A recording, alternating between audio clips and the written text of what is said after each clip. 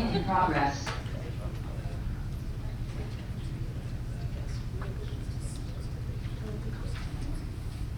I'd like to call the meeting to order. If you could stand for the pledge, please.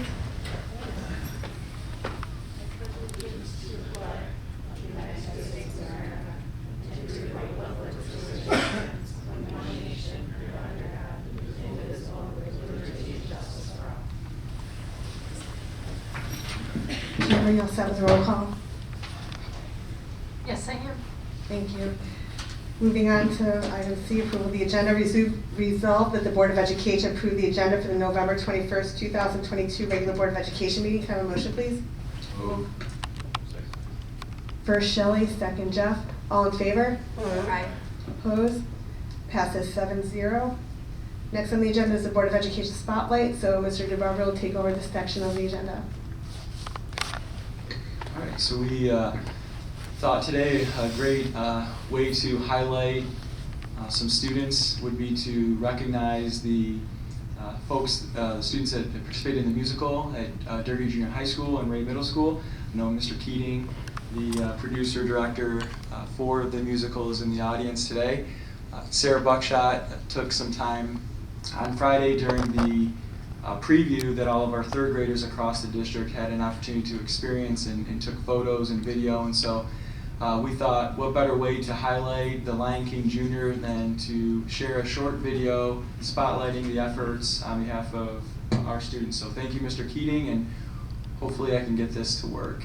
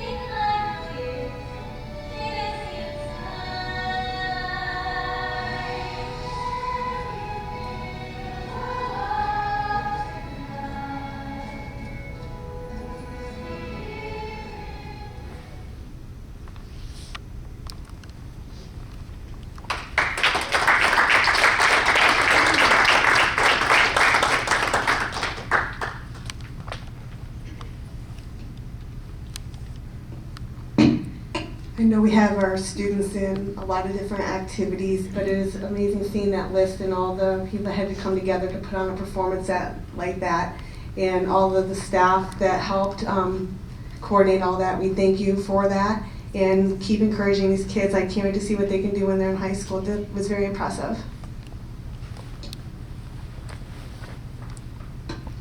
I was there on Saturday afternoon, and it was a full house. The lady at the box office, I think, said there was less than 20 seats available, so I was lucky to get one. But from all the way to the top, all the way to the bottom, from the ushers to the cast to the staff, it's a fantastic performance, very professional, great job.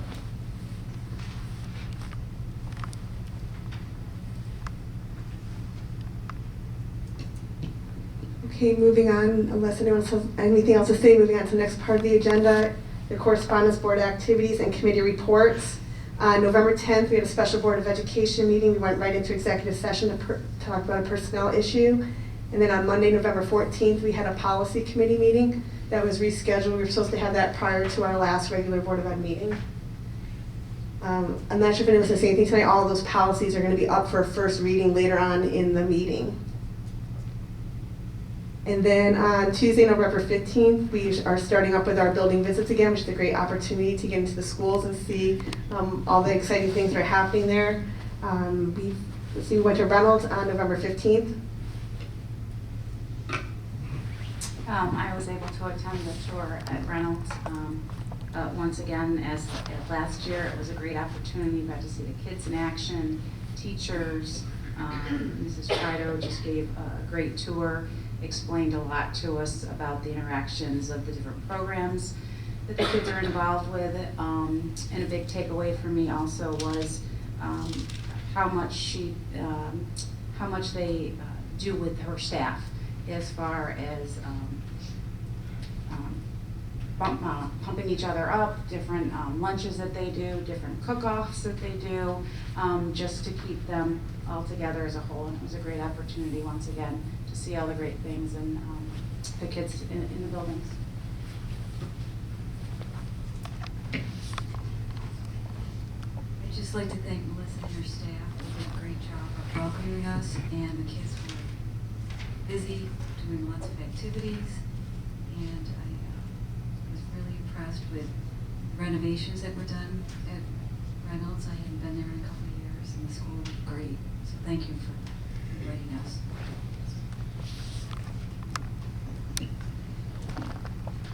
Thank you. And then on November 18th, we had a visit to Ray Middle School.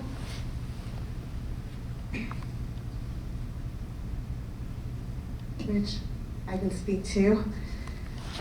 They had an author visit that day, which was nice and exciting for the kids to have a visitor in the building. We did get to meet Dusty Bowling, then we went on with the building tour. We got to visit the library, which was an incredible space. It's updated and functional for like the new learning. They have stations for the kids to work on group projects and presentations right up to the boards. Just some nice, let's see, they got, lost my train of thought, I'm sorry. Just more functional for learning, some pods for like individuals to study, groups of 2, and really updating a lot of the books. And I can't remember how many Justin said he's down to, but they're going to be working on building that back up as well, but getting the literature in there a little more relevant to what they're going to be studying along with the curriculum. And then with the classrooms, that was a lot of fun. Seeing the kids and answering questions, they're walking, very welcoming. One of my favorites was the science room. They were working on microscopes and looking at protists, so that was kind of cool, brought back memories from when I was a teacher. The art room, they were working on watercolors and talking about a lot of things that they're thankful for. And we visited a music room that was relocated, and I think the space is a lot better. They're really in an inside room, very small, not real functional, and able to do more things in the rooms they were relocated to. But it was a great visit, and I had some other board colleagues with us too. I don't know if they want to add some things. I'll just be quick. At Reynolds and also at Ray's, just the teachers, their energy was infectious. The kids were more than eager to share and tell us what they were learning. It was great, just all the stuff that they're learning, not to echo what you were saying, but you know, the hydroponics and all just the stuff at Ray is incredible. So that was great. It was a lot of fun. Can't wait for the next one. And then prior to tonight's meeting, there was a facilities committee meeting. I'll start off. We quickly went through existing projects, the 22-23 $100,000 cap. I think that's capital outlay. At SAD,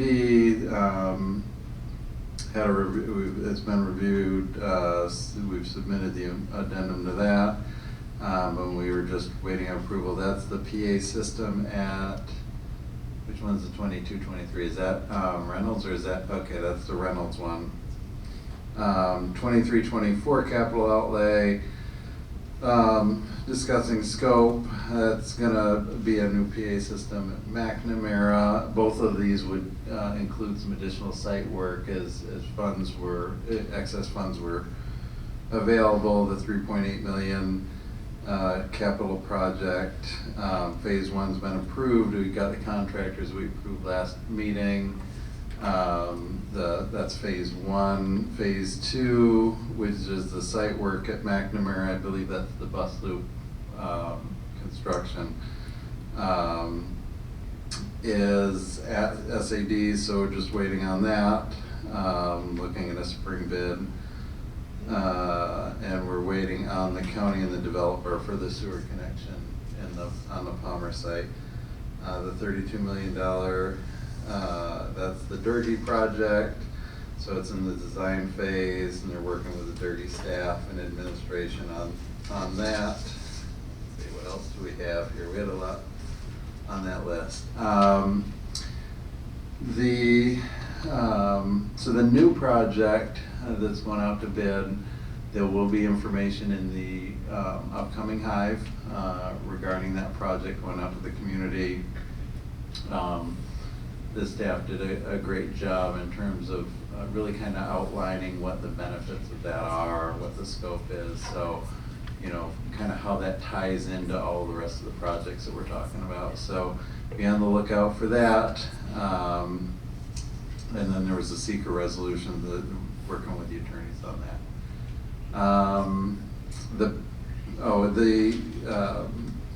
Another quick one. March 10th is our target date to visit the elementaries. We'll plan on doing all 5 elementaries. This is a little different than the visits that you've been or we've been doing recently. These are to look at the conditions of the buildings. So March 10th is a half day in the elementaries, so we will target that day for the elementary visits, and the superintendent's day is the following Monday, the 13th, and that is the day we are targeting for visiting the secondary schools. But what we will, and I'll introduce this, I'll defer the discussion for the roundtable. But what we have to talk about is moving forward with the future projects. We need, the recommendation of the committee is that we go out for an RFP for a consultant to convene a committee to look at, and it's not going to be a funding the future committee, but we've moved past the visionary phase of funding the future. We're in the implementation phases now. So looking at kind of moving forward, especially moving into that 2026 vote, kind of what are our goals and those kinds of things. So we need to get an RFP out so that we can convene a committee to start meeting in June, have recommendations back at the following to December 2023, so we can be on a good timeline for the 2026 vote. So, I'll put that on the table to talk about during roundtable if there are any questions or questions about that. So I think that's about it. Did I miss anything? Right? Oh, yeah. You want to hit that? We talked about purchasing land. We talked about purchasing land on Van Road. 48, I'm sorry. And moving forward with that, and this committee has agreed to move forward to purchase the land, and maybe, assuming because it is aidable, and, that way we'll have a new entrance, 48 into the back of the way. No, yeah, I think that's right. There's another access point to the property that would come in off of 48. In terms of the use of that, that's still under discussion, but it would give us some other opportunities in terms of the ability to access that property.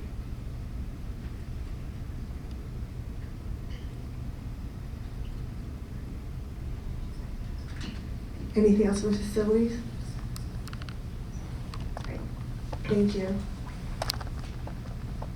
Does anyone else have anything else that they attended that they want to speak about since the last meeting? Okay, we have a bunch of upcoming meetings and events to be held listed there on the agenda. You can read through that later. We have some budget advisory committee meetings as well. I don't know, Joe, I'm not sure where you are with that with volunteers, whether you're looking for more volunteers, you're all set with all those committees? We're pretty well set, though if anybody's interested in technology and instructional, those won't start until January, so definitely reach out if you're interested. Thank you. Next up on the agenda is the student board report. Azan? Good evening, everyone. So it's kind of an odd time of year because winter sports are just starting and we just hit the 10 weeks and we're going to break, and it's just kind of an odd time of year. So there's not a ton of big things on here, but some still important things. So semi-formal, the Baker, entirety of Baker is supposed to be for semi-formal in a few years. Student council has worked pretty hard to put that all together, and that's happening on December. Sports, really the only sporting thing is winter sports just started last Monday officially, and then Solomon Holdenbets, a senior at Baker, just won states for cross country. That's a pretty huge deal. Yeah, that's definitely exciting. As I said, the 10 weeks just ended. I think for a lot of us it was kind of like, I've talked about this a few times this year, but this is like the first year that we're like fully into school again, and I think like accomplishing that first 10 weeks has been a pretty big deal for a lot of us. Like personally, I know myself and a lot of my friends were actually pleasantly surprised with our report cards. It's just nice to see that things are going well. But as I say every meeting, the fact that we're already this far into the school year is both super exciting and then super scary at the same time. Community-wide dialogue is something that I think Baker's pretty proud to be a part of. Mr. Allen and I were talking about some of the specifics of that. The first facilitators training is on the 29th, and then the first, I don't want to call it a meeting, but the first conversation, I suppose, will be the 13th of December at Corcoran. That's, I think one of the schools was just talking, I think it might have been Derby that opened up their community-wide dialogue. And I know some kids that have been a part of that. It's a pretty big deal, I think, for kids to be able to see different perspectives of things, and then it's just nice to be able to sit at a table with people that have such different perspectives on things because of the way that they've been brought up. I talked about B-Full, the food pantry, at the last meeting, but we're still going forward with our fundraiser. There's a lot of competition between the classes, like 2 of our classes, my first period class AP Lit, and then there's another class, we're like in competition with one another, we're like barely off of each other right now, and it's just, the kids are raising a lot of money, a lot more than I think we might have expected, but that's good. I talked about B-Full at the last one, it's a big thing, that's exciting to see, especially this time of year. That's kind of all of Baker, but Edge, Mrs. Sacco wanted to let everyone know that senior scholarship information is coming out after the Thanksgiving break. Edge is the bank that we have at Baker. Applications for seniors that are applying will be due the 25th. I think we also mentioned this the last time Mrs. Sacco had a report, but 4th and 8th grade scholarships are also going to be a thing this year, and that students can find information on Edge's website. Mrs. Titus runs business classes at Baker, and Mrs. Titus's business students for some of her classes partner with Edge. So the monthly marketing proposals are coming out, I think, at the beginning of December. One of the ideas is titled Holidays with Edge, and then the only other thing there is students can open an account and then they have an opportunity to enter a raffle for what they've decided that there's a raffle opportunity. Outside of Edge, at the last board meeting, Eldon had their report, and Mrs. Hunt at Eldon wanted me to talk about some of the things that they've been doing since the last time you all heard about them. The Principals Council Council, which is a group of 3rd through 5th graders, had a food drive recently, and they raised enough, well, they collected enough food to be able to feed 8 families, and then she said they had a surplus of food they were able to donate to a local food pantry.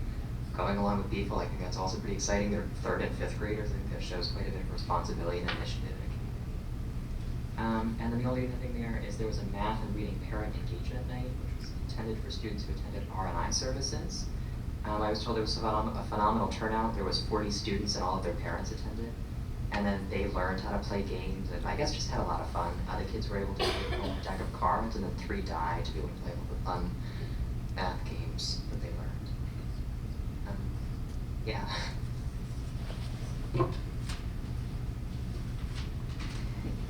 And that was a short report. Thank you. It's great to hear everything that all students are doing. Appreciate the report. Next up on the agenda is public participation. Kim, we have one.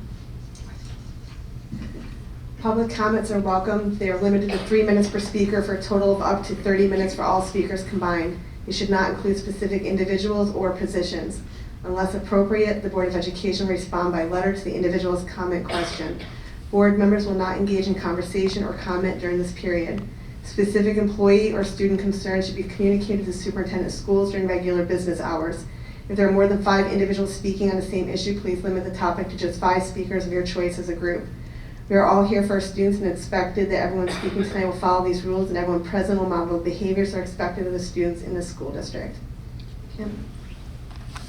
We do have one speaker tonight, Lindsay Hodkinson, is speaking on lack of board communication and vacant board seat.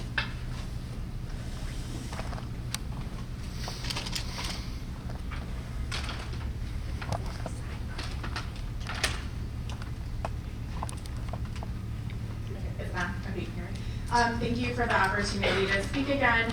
I was here last meeting, I'm sure many of you recall, and talked on a few different topics. Thankful that it did create some dialogue during the board roundtables, but I think where I failed in my communication was that it was very vague in topic. It did not ask a directed question. So first, there's a vacant board seat. It has been vacant for almost 6 weeks now. I would like to ask the board what the plan is to fill that vacant seat and when there can be an announcement to the community on those intended plans. Secondly, I did talk about the need for more communication to the community. If I recall correctly, at the end of last school year, there was proactive communication from the Board of Education to the community on book banning and how the board was not banning any books. And unless you were present at a meeting and following that dialogue, you really did not know that that was happening. We have had an event occur in our school district that has been covered by the local social media and news outlets repeatedly. And there has not been much communication aside from one letter that went out immediately following the event. I think that there really needs to be some more communication. If you're not present in these meetings, you do not know what's going on until you hear it from the news. I really feel that that is a disservice to our community members and our families in our Baldwinsville School District. They deserve better, and they deserve more direct communication coming from the board instead of waiting to watch the 11 o'clock news. Thank you. Lindsay, on the board agenda tonight, it says that we're going to be talking about the board vacancy. So if you stick around for the entire meeting, you'll get some more information on that. Thank you. And of course, we can only say what we can say about personnel issues at this time. Everyone knows that we put in an acting superintendent and there's nothing we can do right now until we move forward. Am I allowed to respond? I'm just making, you're saying that we're not doing our job and we're communicating what we can't communicate, and I want to make sure that the community does know that. This is not a time for a back and forth right now, but please feel free to submit your additional questions if you have any. We've come here twice now for the same thing, and that's all I'm saying. As a personnel issue, we've done what we can do at this point in time. We have an acting superintendent. We fully support acting superintendent DeBarbery, and it's been stated that as we get through the process, we will be communicating out with each decision that's made we obviously aren't communicating out anything right now because we can't, because there is nothing to say right now. I know you said you can't exchange dialogue, however, when I was finished, I expected to go back and not hear anything. So I'd like a moment to be able to respond, as I didn't even take up my 3 minutes. I agree, yes, there has been some communication that you've been putting out at this meeting. However, it's not to the general public. I asked last time what that process looks like. I feel like that process can be explained without saying, in this particular circumstance, here's what we have to do. Just what does an overall process look like, and what steps do you have to take in the interim in order to make certain decisions, whether those are the decisions you make or not. I think that it very easily can talk in hypotheticals and what the process is and where to go to find additional resources in case a member of the community wanted to seek those out. Thank you.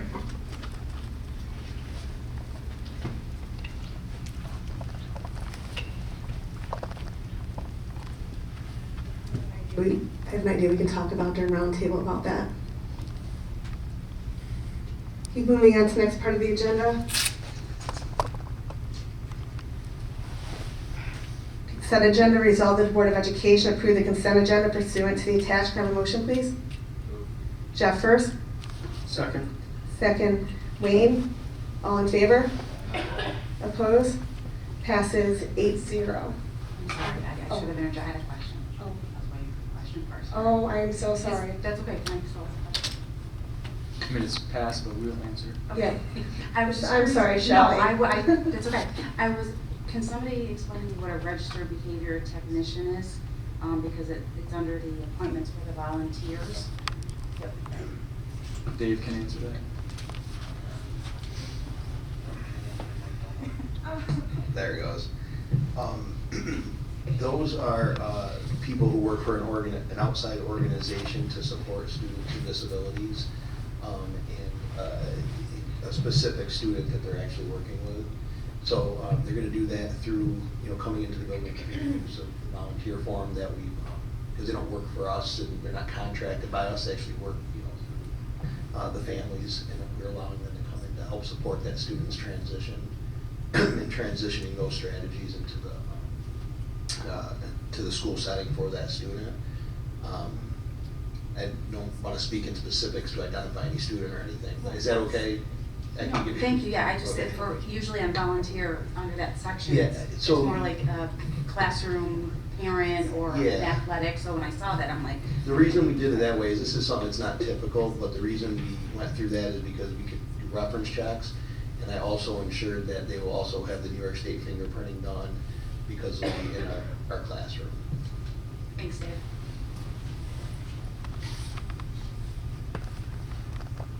Sorry, Shelley. Perfectly fine. Okay, next up on the agenda is let me check to make sure I'm seeing this right. Yes, the leadership report. So, Mr. Barry. So we'll start first this evening with Van Buren, and as they're walking up, I just wanted to point out one thing. So we did have a student, I know Hassan mentioned, the cross-country athlete that was the state champion, but we also had a female swimmer, Eva Smith, that participated in the New York State Championship this past weekend. And she placed 16th in the 200 freestyle, and then she placed 7th in the 100 breaststroke. So I just wanted to make sure we gave recognition to her as well. I believe she's a junior, and hopefully even better things to come as she continues to grow in that regard. So that's the last athletic update. Are we having the athletes come for the board We of are. spotlight coming up? Okay. So we will be recognizing them, I believe, at the December 5th meeting. So with that, we will turn to Van Buren Elementary for their strategic plan update. Let me just get the file up. Cindy, did you want me to just continue to scroll through, or did you want to? Yeah, if you want to scroll to the next Okay. one. So good evening. It's always a pleasure to be here in front of the board and talking about our school, and hopefully we'll be able to brag a little bit about our school. And we're looking forward to seeing you in January as you visit Van Buren. So we are here, just a small cadre of folks who represent our school. Tori Cybers is a first grade teacher. Amy Klimkow is our administrative intern this year. Kristen Fabry was our social worker. And for anyone who doesn't know, I'm Cindy Cronin, I'm the building principal. So at Van Buren, I think it's important to start by letting you know that at Van Buren, we practice shared leadership. And in order for that to happen, we have about 75% of our teachers who participate in one of our 3 leadership teams. So our building leadership team, our diversity, equity, and inclusion team, and our social emotional learning team. And each of those teams has representatives from each grade level, and each has a topic that relates directly to the goals that we're going to present to you this evening. But ultimately, these committees give teachers a voice in how our school functions to ensure that we are doing what's right for all students in our school, from grades kindergarten through 5th grade. Every teacher, though, participates in professional learning communities, so all of our grade level teams meet an hour every other week, and those are very specific targeted conversations about student performance and assessment, a review of assessment data, and so that informs our day-to-day practice of instruction. So it was through those conversations and through those committees that last year's goals were developed and this year's goals were developed. So we're going to start with Tori. She's going to talk a little bit about our first goal from 21-22 school year that correlates. So all of these correlate to the previous board goals, and then we will end each section with the introduction of our new goal and how, and at the end we'll talk about how they relates to the new board goals.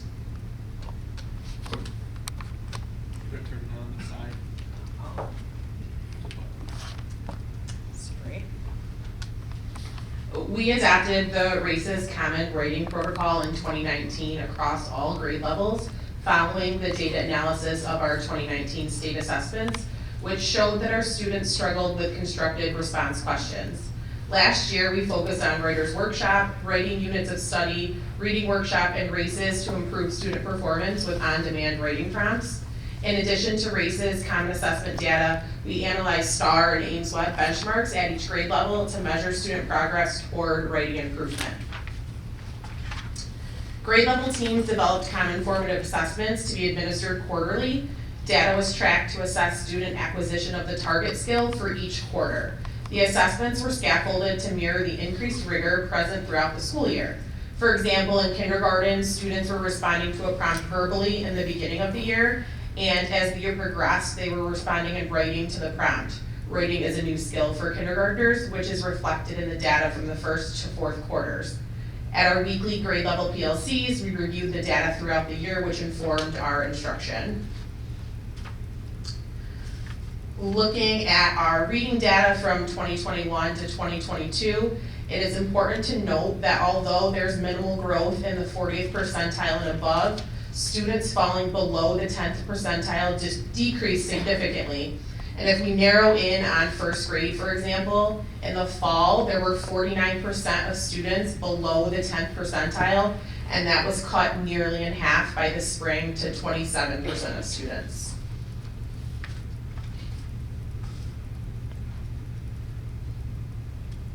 During our summer leadership meetings, we reviewed data from the 2020-2021 school year and saw improvement in structured response, but a gap in reading comprehension. Goals were revamped this year in consideration of the learning to read and reading to learn skills inherent to each grade level band. We looked at assessment data that there was a lack of understanding regarding inferencing and decided to make this a focal point for our 2022-2023 goal. We will continue to strive toward the district goal of 80% of students reading on level.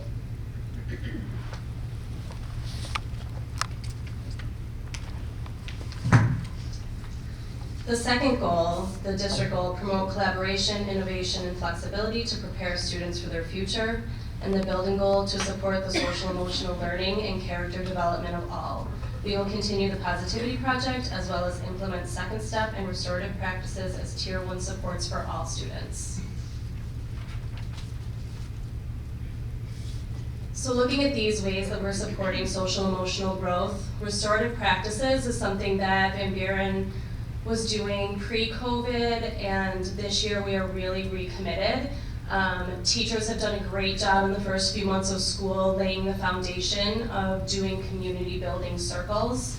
And through that process, you build a feeling of comfortability and trust. And when you have that environment, then you can use those circles for problem solving and conflict resolution. And we have some classes that are already using their circles for that purpose. The Positivity Project, obviously we've had that in place for a long time. We want students to be aware of their own strengths, be aware of each other's strengths, and in doing that, really promoting collaboration and working together and building off of each other. Second step, we are doing more widespread this year in the classrooms. So classroom-wide lessons on SEL, as well as then developing targeted individual and group work for students that may need some extra practice and review. Our asset teams we're targeting interventions to improve student attendance and engagement through improved home school communications. And this team consists of myself, Mrs. Cronin, Mrs. Klimkow, Alex Russin, our school psychologist, will be having a new school counselor starting after Thanksgiving, our Liberty Resources therapist, our Promise Zone specialist, and our SPO, and as needed, our school nurse. So in these meetings, we are building off of each other and developing plans and interventions for students that may need some help coming to school, wanting to be at school, if there are barriers for families in getting to school, and then also making sure we're talking about any Tier 3 situations that are going on in the building to make sure that we're all being consistent in our responses and making sure that students are getting the same feedback from all of us.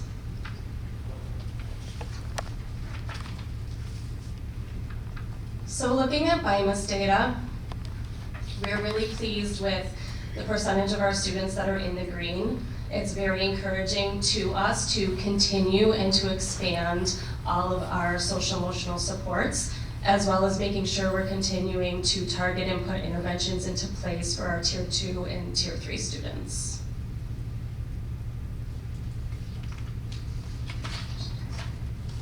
So I will talk about attendance, only to the extent I thought it was important to share the trend in our attendance data. So traditionally we've been above 95% attendance, which is good. It's not perfect and we can always do better. We had that dip during the COVID year, but we're trending back up this year. The asset team is specifically, it's the attendance support and student engagement team. And that means that we put all of our efforts and resources to bear on a question of chronic absenteeism and preventing a student from reaching that threshold and anticipating where a student or a family needs support in order for that student to attend school. And that means identifying what is lacking, identifying what we could be doing better, identifying what that child needs at school, identifying what that student needs or that family needs to help that child get to school every day. And sometimes it's just the work of creating a relationship with a family. And sometimes it's really a question of identifying the problem so that we can help find the solution. And sometimes we're able to do that. And sometimes it's just an ongoing process that we try to impact, because students need to be in school for us to build those relationships and for them to be successful. So this is a picture to give an example of a community building restorative circle. We just got a new student who came to us with a service dog. So this was our amazing first grade team doing a grade-wide community building circle to address, how we will accept a service dog coming into our school. There were some questions that we were worried about, the fact that Van Buren's had a therapy dog for 5 years, and the differences that would be for students, and they have done an amazing job. So we're so proud of them, and what an amazing thing the team did to help prepare the kids for that.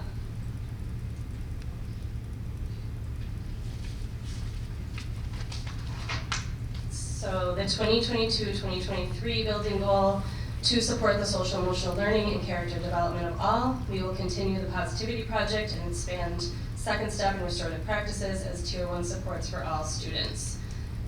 And this quote that's here is, beneath every behavior there is a feeling, and beneath each feeling is a need, and when we meet that need, rather than focus on the behavior, we begin to deal with the cause and not the symptom. And when thinking about that quote, when we think about behavior in a traditional way, we think about rewarding positive behavior and consequencing negative behavior, with the adult goal of either continuing a behavior or ending a behavior. When we see behavior as a form of communication, we look at what the behavior is telling us. And this is true for all behaviors and all students. We want all of our students to be developing social emotional intelligence.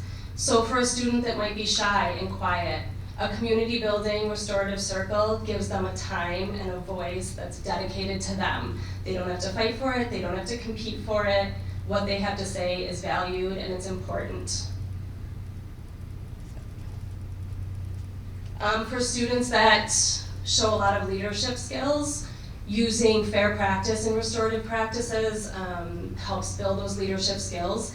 It gives student voices in decision making and really gives them ownership in their classroom environment. And when addressing behavior that is disruptive or causing harm, we want to focus on what the behavior is communicating. What are the students' needs? What skill deficits may be there? What life experiences are impacting them?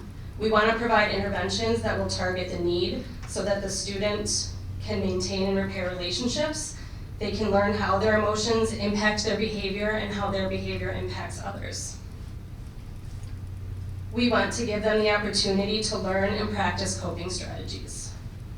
When we provide all students with the social emotional opportunities, it promotes attendance, social and academic engagement, problem solving and conflict resolution, and all students are an integral part of the Van Buren community.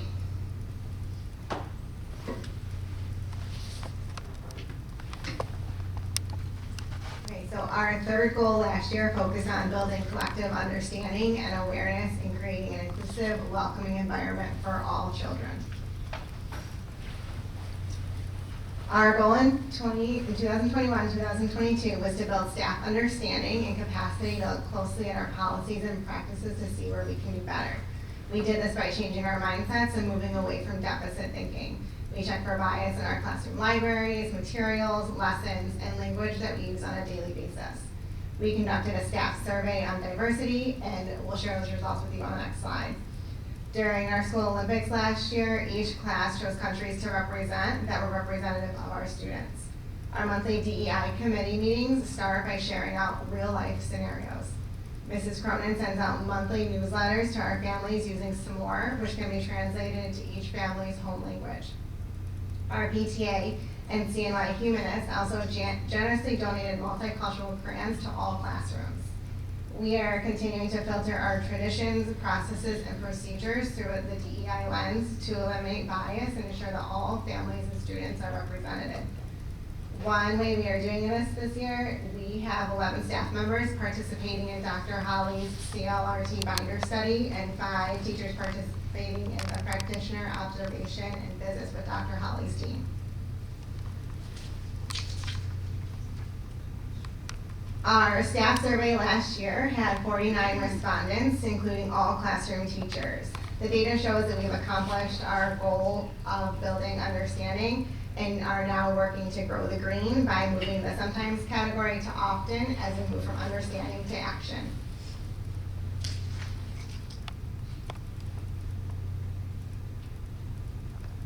And this year, our goal remains the same. However, we are moving from understanding to actively engaging in this work. And as I mentioned 2 slides ago, we have staff participating in Dr. Holly's binder study and practitioner studies. We are also doing this through continued diversification of our library and classroom resources, being mindful of the language used in the classroom and celebrating all students.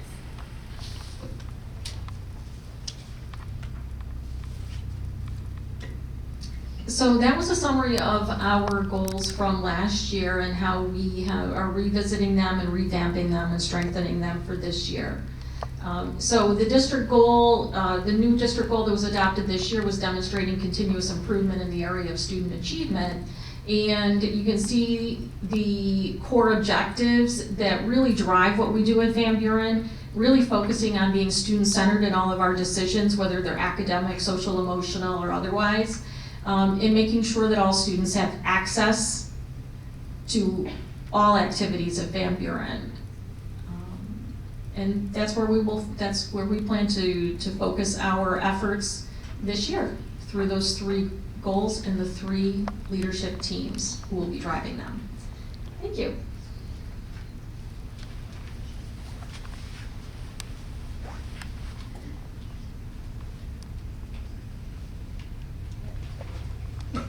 So, it's good to see you, Cindy. It's great to see your team.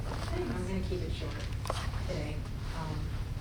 I wanna just ask regarding just the past year, just the takeaways, the learning, about your findings, data, about student learning. What were some key takeaways? And then my second question has to do about the strengths and areas of growth of the team. What's working and what's not working, and more importantly, how can we help? I think our key takeaways, and the team can share their thoughts as well, but I think some of the most important work that we did in the past year was through our DEI committee. We had some very pointed and serious conversations, and as mentioned, we started each meeting with a real life scenario. We talked about incidences of racist comments and what that meant in the classroom, and how a restorative circle was able to bring the class back together and repair some of the harm that was done, not permanently repair the harm and not fully repair the harm, but to build that understanding. It shined a big bright light on my role as administrator. We've sent out cards that still ask for the names of mom and dad. And so revisiting some of those things and just being aware that sometimes we're not aware of how things that have been done traditionally for so long have become embedded in what we think is typical or normal, and it's so far from that we have to be very purposeful in everything that we do, in putting out resources. You know, we have those conversations. Well, we've done Thanksgiving this way for years, but what bias is implicit in the old resources that we used to use? And so that's really moved our staff forward, thinking about what we thought was a welcoming environment for all. We can really make it a valuable space for all of our students in a more authentic way. The other takeaway is that we can always get better. I mean, we're like all organizations, continuous improvement is what we aim for, and our students change from year to year, and what they need from us changes from year to year. And it really is, it's a joy to work with every of our 512 individual students and get to know them and really be what they need. So academically, we are trying to be as flexible as we can. I just had a conversation with Tori about, we meet every other week as PLCs, and she said, well, that wasn't enough. We needed to make a change in reading group. So we got together during our planning time, and if somebody couldn't be there, that was too bad. We were gonna create the groups, and we were gonna say, so it's having those conversations in real time and not forgetting how important the work is. And so we just can't wait for 2 weeks sometimes to make those decisions. I think some of the strengths of our school is that we don't look as each grade level as a separate entity. All of our students are everyone's students. We had a teacher who was with us for a long-term substitute, as a long-term substitute, and it really warmed my heart. She was leaving and she said, I want to thank you. She said everybody loves each other. The students are happy, the staff is happy, and you can really feel that everyone cares for each other. And that was demonstrated. We had a restorative circle in 4th grade. We had a brand new student who started on Wednesday. And I was able to sit in on part of that circle. And one of the students in the 4th grade class said something that was very wise to the new student. She said, if you're nervous or afraid, we've all been nervous and afraid, but you can ask us. We're here for you, and you can trust us. It was just beautiful. They all had wonderful things to say. Like, mistakes are okay, and that's how we learn, and all of those great things. So they really encouraged her to, feel welcome in the classroom. So I think that's one of our strengths, and that camaraderie extends as well to staff. And a staff that is able to work together and has that camaraderie works well together. And the foundation of what we do is collaborative, and that's how we get back to that idea of shared leadership.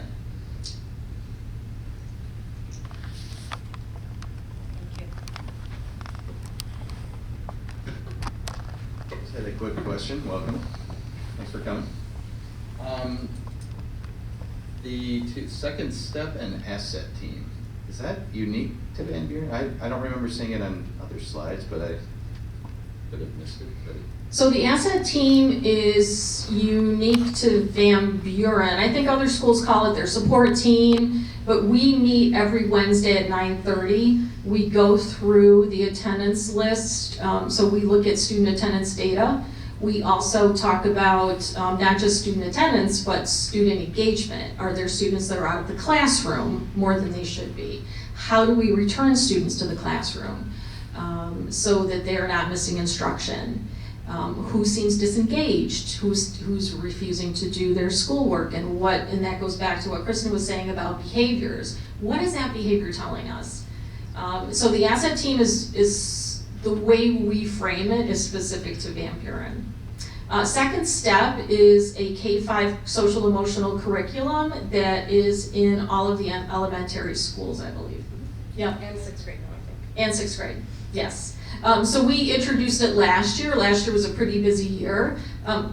It's always busy, but this is the most important work because you can see students who are really developing the self-management skills and interpersonal skills. So Tori was giving me another example about students who use that SEL language. So this year, classroom teachers are teaching the second step lessons, and if we need extra support, Kristen's always available for us.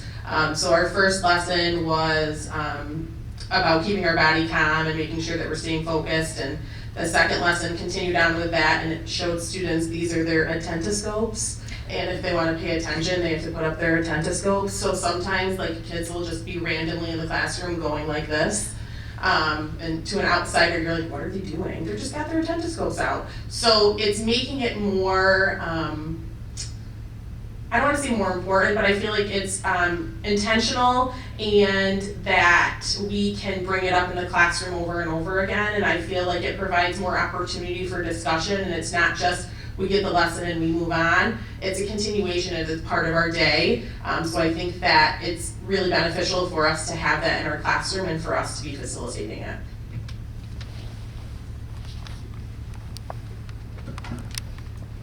Just a clarifying question. You indicated that they're second step lesson plans. How frequently are those lessons? Are they daily? Once a week? Thanks. So the goal for this year is for teachers to teach one lesson a month. In previous years, I went into every classroom and taught 3 lessons. And we really wanted these lessons to become more a part of students' everyday life. However, teachers needed to get comfortable with the curriculum, so that's our goal. I know that there are teachers that are going to do it more frequently than that. But using our BIMAS data can also drive what lessons teachers choose. It can also help drive restorative circle topics. And then from there, during PLCs or team meetings as well, teachers can identify students that may need some more targeted intervention, and that I can provide either individually or in a small group to really hone in on some of those skills that may need more development.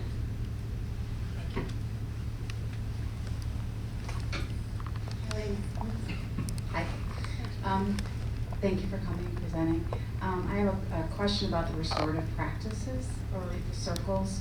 And Kristen, I think you just said something about there's different topics. So how often, help me understand how often these circles are being put into use? Are they just for the topics? I understand you use them for restorative practices if the case needs to be done, or like how much time is being used? So that really depends on the topic. So previously, Kristen and the school psychologist and I were trained on restorative practices as a matter of conflict management, right? So if two students are having an argument, we try to put them together. What happened? How did you feel? What's the solution? Without placing blame and allowing students to repair that relationship. The training that we had this summer that involved our social emotional learning team and cadre of support team really focused on building the relationships, building classroom relationships. And that's not something you can't start circles in your classroom with a heavy topic. So staff is starting now with topics that are what we call level 1 or level 2. So a level 1 topic is, what's your favorite school lunch and why? What was your favorite school lunch, right? So it's pretty low key, it brings back memories, you have positive memories about it, and it start to create those connections, like, oh, I like the turkey love too, right? Or pizza was my favorite. So you start with those, they take 5 minutes, maybe. Students have to learn the expectations around a circle. They can be done pretty quickly. Once you get into those deeper conversations, when you have a restorative circle around racism, that's going to take a longer time, but it's a circle that needs to be done. If the circumstances and the environment is right, and teachers may ask our psychologist or Kristen or hopefully our new counselor who's starting on Monday to participate in those circles and to help be an additional support for students, because that could raise some feelings and emotions. So also restorative practices and circles are, it's a process for discussion, so they can also be academic based. A teacher can have all the students read a passage and then say, circle up, everybody share a takeaway from this passage. So it teaches students, the purpose of it is that each student gets a turn and a time and nobody talks during their time. It makes every student feel like they have a voice and they'll be heard, so they can be community building, they can be academic or education based, and they can be problem solving and conflict resolution.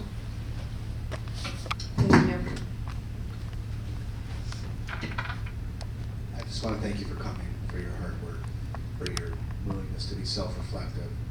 And I think my favorite lunch was the turkey. I don't know what you called it. We had a different name when I was in school. It probably, that or a chicken patty.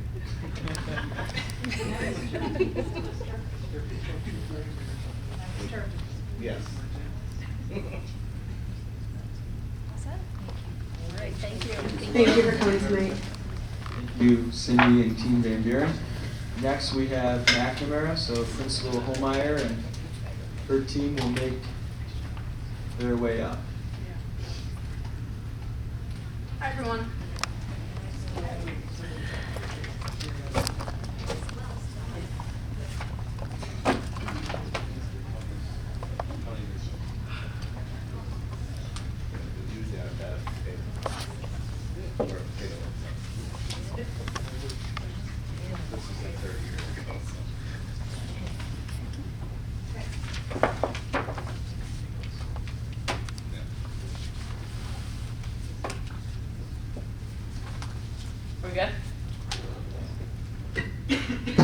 Hi everyone, thanks for having us tonight. Jen Holmeyer, Principal at McNamara. This is my amazing team here tonight. Jeff Seltzer, our social worker. Carrie Ann Bertrand, a second grade teacher, and Celia Arena, also a second grade teacher. We're gonna kind of just roll through our presentation. We adjusted it this year to look a little bit different. So would love feedback on that, but we will just start right off.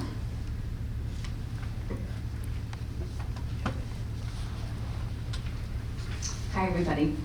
I'm glad I got to the mic to work correctly. So I'm going to start with last year's building goal number 1.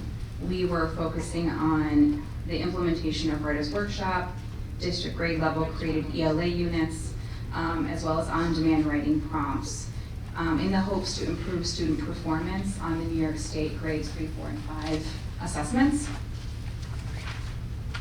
And here we have our New York State ELA assessment data from 2022 compared to 2019.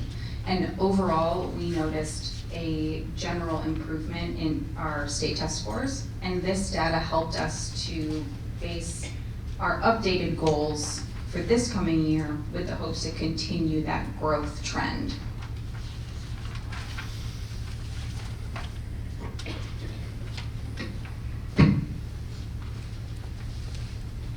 Our building goals, number one for the 2022-2023 school year is through consistent implementation of the grade level English language arts instruction, including Foundations, Haggerty, Wilson, Words Their Way, and district grade level ELA units, the Writers Workshop model, incorporation of response to intervention, and an analysis of inclusive practices for students with IEPs in grade level classrooms.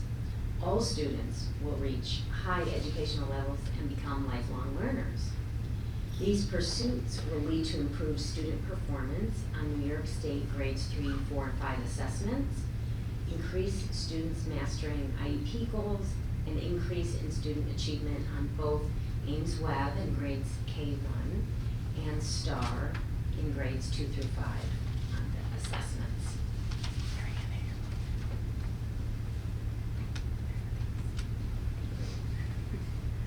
So when updating our goal, we identified 2 obstacles that we found. First off, an inconsistency in RTI due to the pandemic.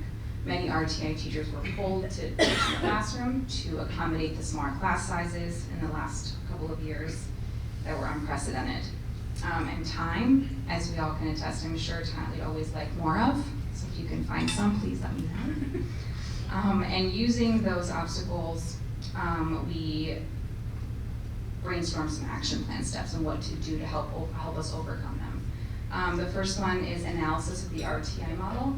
We are moving towards a push-in model when possible and appropriate to create more flexible groupings across the grade levels to help meet the needs of students, as well as adjusting the special education model at McNamara to place students based on strengths and needs amongst all 25 classrooms in the building. We also reintroduced and recommitted to the House at McNamara bill, including consistent language all across the building. So a kiddo coming from my room will go up to 3rd grade and all of our language is common and familiar.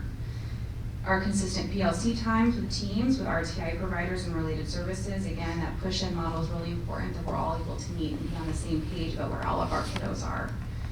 Professional development, grade level data spreadsheets with alignment of data being collected, use of the Kid Talk protocol, and a common McNamara intervention manual to help us provide that high quality instruction across the whole building.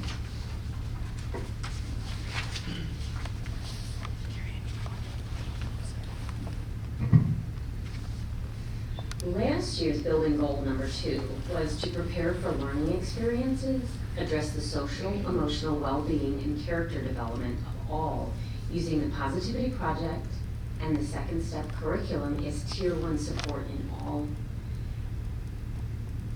in all classrooms. Additionally, school-wide practices were implemented universally to support students academically, socially, and emotionally, as well as behaviorally.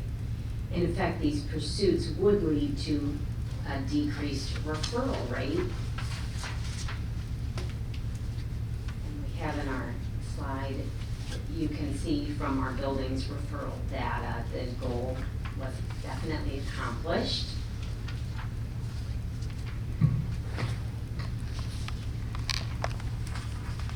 So an update on that goal for this year's plan. We look at our building goal number 2, we will prepare for learning experiences. We will address social emotional well-being and character development for all. We'll use student support team meetings and interventions, morning meetings, closing circles, and restorative practices. In effect, these pursuits will help us lead to independent problem solving, increased relationships between peers and adults, and a decrease in loss of instructional time. So here are some of our action plan steps. At McNamara, we have our school-wide practices, which include a school-wide behavior matrix. With that matrix, we want all McNamara Bees to be safe, we want them to be respectful, responsible, as well as hardworking and helpful. We teach and reteach these expectations as needed and what they look like in every area of our school. We also have climate team meetings. This is where we meet as adults to share and talk about anything that impacts our school community and what we can do to strengthen it. We also have morning meetings, closing circles, and those community building circles.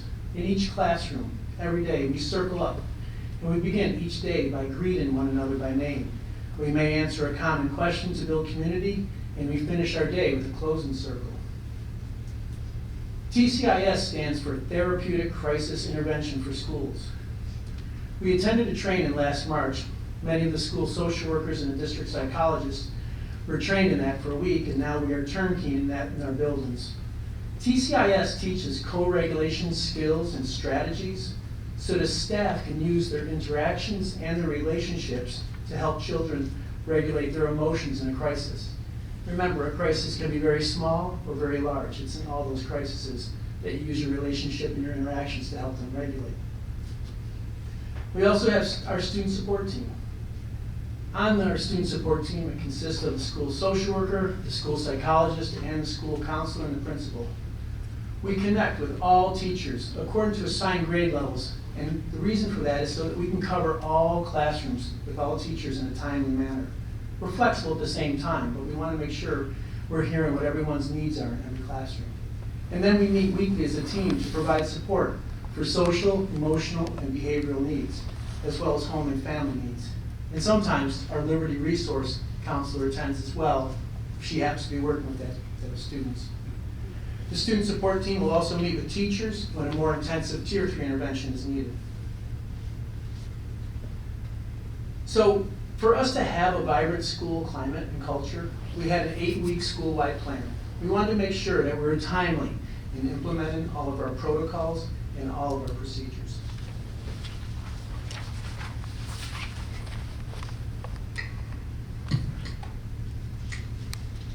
So last year's building goal number 3 was in order to ensure a guaranteed and viable learning experience for all students at all grade levels. Elementary building leadership teams will create partnerships to support and promote academic and social emotional success for all. In effect, these pursuits would lead to a decrease in the BIMAS risk levels.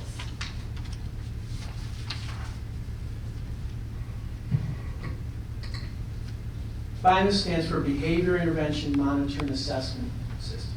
Overall, our building leadership has created teamwork, kindness, and stability. And we've returned to full-time in-person learning without many of the social restrictions that we've had. And that's been a good thing. We see that children are managing their behavior and their feelings better. It's easy to note here that there's one area with the most concern, the social area. You know, we are social creatures. This is certainly where we can put the most pressure on ourselves, and we can have very high expectations. But students can experience fluctuations and changes in their friendships too, and they can have social problems and challenges to work out. Based on this data, this goal has been accomplished, and we plan to extend this goal as well.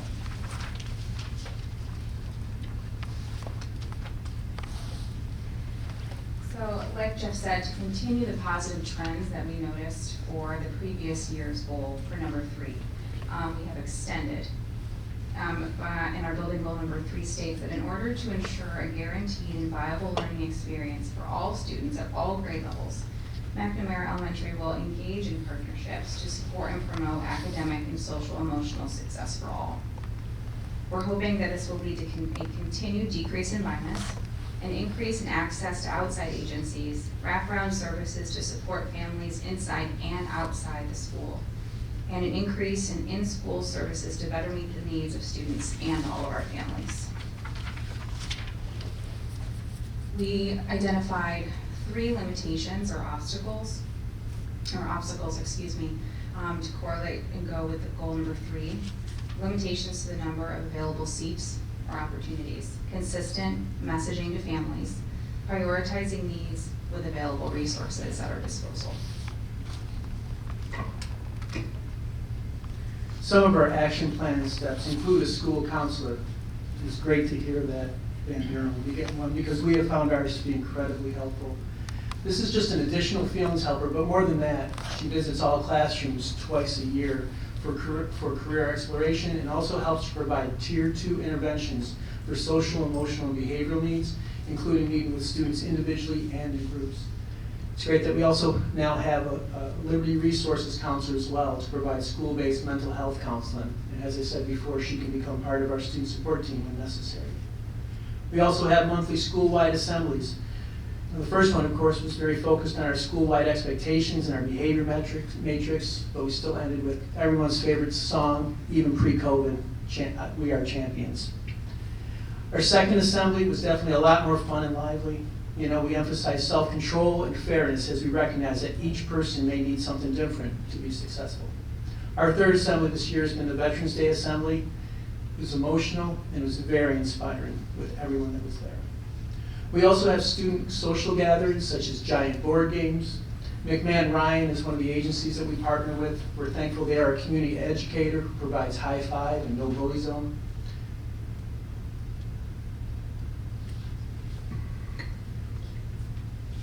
And we are just delighted to engage with our McNamara families in person, from the school supply drop-off opportunity, curriculum night, having volunteers in the classrooms for autumn activities, and parent-teacher conferences that were able to be held in person. Our PTA events were just incredible. We had our fun run, the trunk or treat, our book fair just wrapped up, and our students could not be more excited about all of these assemblies, these events. Some have just never participated due to the pandemic, so it's really exhilarating and there's so much good energy happening. We also have our McNamara staff events, and last week we had our books and basketball night where we had 40 staff members participating and 250 people attending. We also have others that we're looking forward to, like our STEM night and our college and career day, and so on. So access is part of our action plan as well, where we have a county worker, and other schools in the district have this as well. It's a county worker that can offer voluntary services and supports to parents based on the needs that the parent has identified. You know, sometimes we don't know where to go, or we don't know what question to ask. Access is that person. We also have 2 universal pre-K classrooms, and our student support members also provide lunch groups, peer groups, and individual meetings with kids to teach targeted skills for social and emotional and behavioral needs. So I always say it's so hard to capture all the amazing things that happen in any of our schools each and every day. So I made a short video to highlight the amazing staff and students at McNamara Elementary.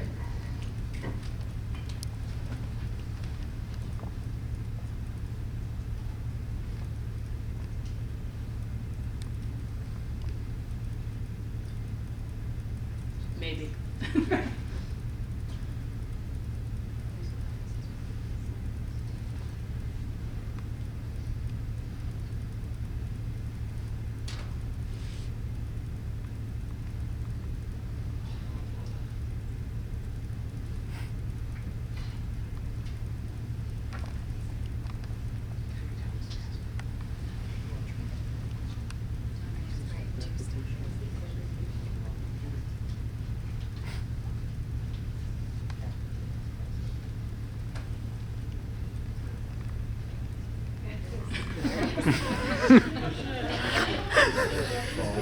All right. On that note, thanks, Kim. Let's give him a chance. Yes, RJ would be proud. The authentication group? The amount of times we're in school that we like radio, can somebody bring our phone to such and such an area?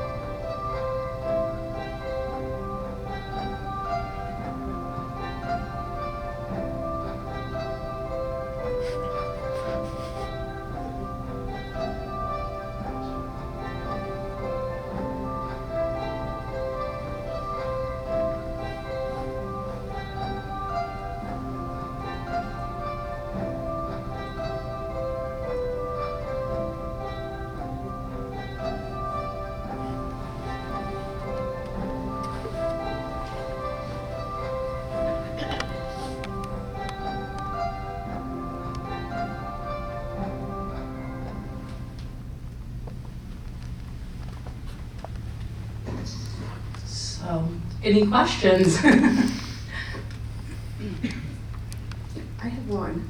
On slide number 16, when you're talking about obstacles and barriers, and it says limitations to number of available seats, what specifically is that for?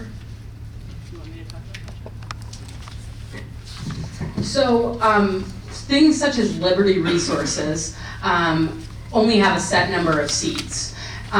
So we know that they have 28 slots. We know that, you know, there's always going to be a need. So we are kind of looking at things like that and finding where, you know, what families need to access that within school, so we can make sure that that's not a barrier, because we know transportation's a barrier for some of our families. And then also working with Liberty Resources on, you know, outside agencies that we can refer to that we know are taking patients, let's say, at that time. So, but, you know, having only a limited number of seats for things definitely is a barrier. And again, it's worth noting, the addition of the school counselor has been incredibly helpful.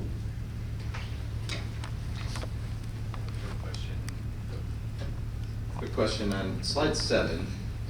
You have to be a mathematician to see that something drastically happened there between 2018 and 19, and now you guys are holding steady there. So just wondering if you could describe, maybe for those who aren't aware, like what drastically changed there to bring that number way down and stay down. So I'll let you guys fill in too if you wanna. But my first year at McNamara, we really looked at the climate and culture of the building and what we need to do to support students. And the staff did an absolutely remarkable job. We started day 1 with having morning meetings in classrooms and building that community and having conversations on, you know, what the meaning behind a behavior is and how we help support that behavior. Creating relationships with those families. So, you know, some of the things, and we've brought it back, right? So for a little while, everything was removed or virtual, but, you know, having families in and sitting down and talking with families on here's what we're seeing. Really, I use the term a lot, but, you know, the 3 people here are incredible at it, building tool belts. Right, because if we just constantly say sorry, so when we talk about that restorative process, you know, we have morning meetings and community building circles and closing circles, but when we're looking at restorative, we're looking at going into classrooms and let's say something happens, there's a disruption during math time that day, student becomes agitated, they throw their paper on the floor, I don't want to do this, and stomp out of the room. We need to bring that student back in. But there's other feelings associated with that, right? And the learning's not gonna come from Principal Holmeyer saying, you need to go in and say you're sorry to your classmates. The learning's gonna come in when we all sit as a circle and other students can talk about how that moment made them feel. And then that student can talk about why they were feeling that way. And the best part about this, we just did one recently in 4th grade, is when the other students help that student come up with ideas on what they can do different next time. You know, and it can be as simple as utilizing the cool down zone, which every classroom at McNamara has. We have a big area called the zone that I know some of you have seen, that we have a schedule. I mean, it is packed throughout the day, right? Where students just need to go because they need a 10-minute movement break. Incorporating those flexible seating items and all that in the classroom, we've seen a remarkable result from several of those things. Thanks. And just, you know, from a 2nd grade perspective, when our kiddos come from kindergarten and 1st grade, with that common language piece, we're all on the same page in terms of circles and problem solving together. So when they get to 2nd grade with us, they're used to those habits and routines. They know what to expect. They know that their needs are going to be met with the grown-ups in the room within their classroom family. So the likelihood of an outburst decreases every year. They get that reinforcement of those good habits.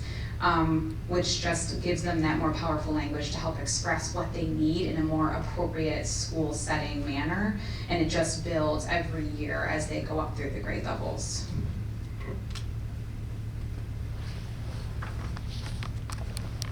Hi. I have a couple questions. I think it's slide 6 based on what number you guys are talking about that we were just on. You spoke of adjustment of the special education model at McNamara. Can you restate what you said? Because I had a question off of that. You want her to state exactly what she said, or you want me to explain our model? Changing it, or how you're modeling it. I guess my question is, I thought I heard you say something about changing it. Why is there a change? What was it before, and why is there a need for a change?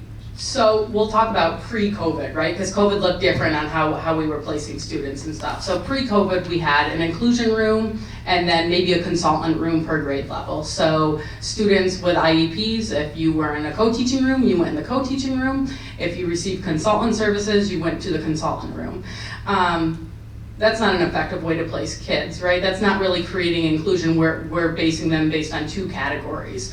So we really looked at what all kids need. So last year, with the help of the PD, our special ed teachers received through the special education department, working with the special education teachers, we laid out every student and what are their strengths, right? Because I think we oftentimes don't capitalize on that first. So what are the strengths, and then what are the needs of the students?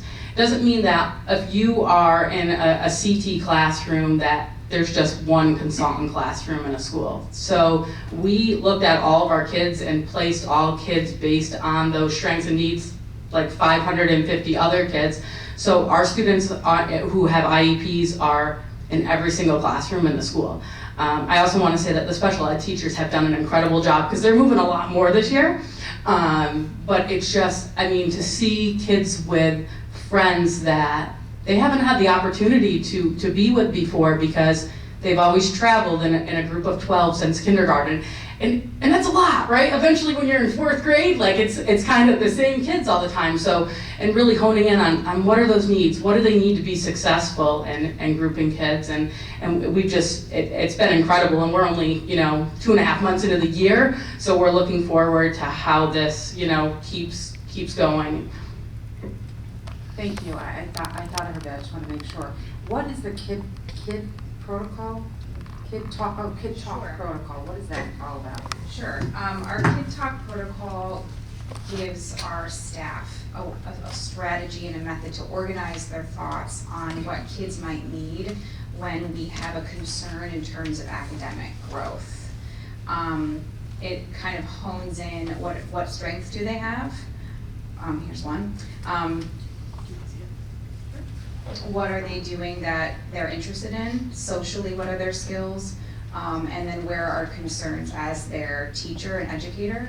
And it helps us focus our thoughts, and it gives some documentation as to what is everyone else seeing. So I might not be the only teacher that works with a kiddo, so it gives my coworker or my colleague or this kiddo's other grown-up in the building who works with them some information that we can collaborate on. It gives us that lane and focuses on our thoughts into what they need, what are they already getting, and then what can we do to help them move forward. Thank you. Is it okay if I pass it around? Yep. And I did say I had 2 questions. I actually have one more question. So as far as the restorative practices, and to your point, you say when they get to 2nd grade that they got it down, they got the terminology.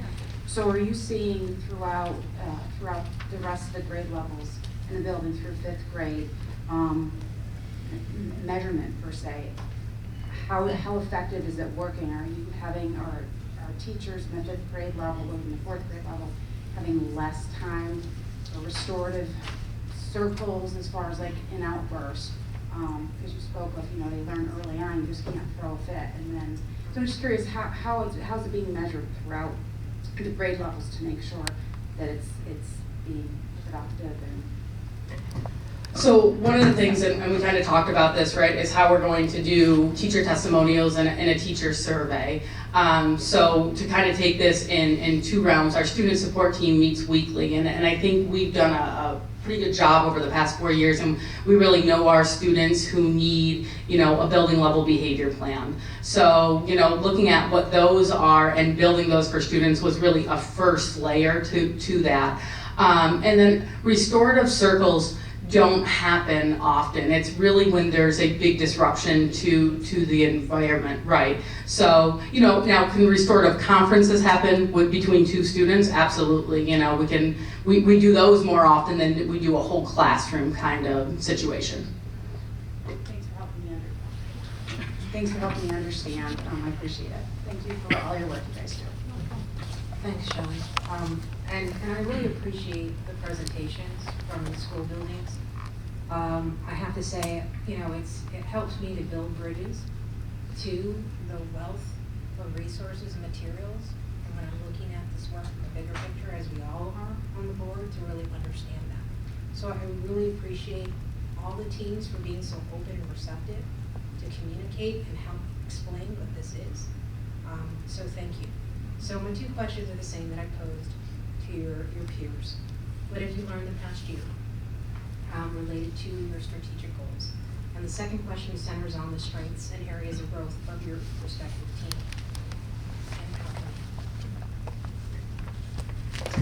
team. So as we met and kind of talked through similar things like that, you know, when we talk about what we've learned, several things, but I'll kind of capitalize on a few. So, you know, we've learned how important partnerships are to supporting our school and how much we've missed engaging in these things the past few years. And that's why it was very important for us, instead of saying create these partnerships, to really make sure we're engaging in them and utilizing them for our students. We've really learned, you know, that building relationships is key for staff and student success. And I think that was seen in the 2 years where we were socially distanced. And, you know, these relationships are needed to build an inclusive and caring community that celebrates students. And we've learned we need to consistently look at and analyze our models of several things. So RTI, special education, and it's okay to say what we're doing isn't working and how are we going to adjust it to best meet students' needs. And when we talked about strengths as a team and areas of growth, it was kind of funny. We came up with this thing, we said the 3 C's, right? The things we do best are collaboration, communication, and celebrations. And then at the same time, the thing where we always can improve is collaboration, communication, and really celebrations. And I know that's like that double side, but it's true, right? So we always can improve our ability to work with one another and how to incorporate new programs. I know when I came in, one of the terms I used often was like, we're working in our own silos. So how do we do that? You know, how are we working as a team? Now, how do we build that vertically? And people have done a great job, and it's exciting that momentum is there and going again. And, you know, we communicate well with one another, and how do we make sure we're getting, you know, families back in the door and meeting families where they're at. They were removed for a long time, and those families we don't have communication with, how do we get them in? What do we need to do? Is it that we're going on home visits? You know, how do we get them engaged and involved? Because we want them there. Because the more we work together, the better for the student. And then with celebrations, you know, celebrations create unity in the building. With that, though, we have to be careful and make sure we're looking at all these things now through a DEI lens, right? So how are we making sure we're making our events inclusive, you know, and equitable and diverse so that all students are represented, heard, and supported?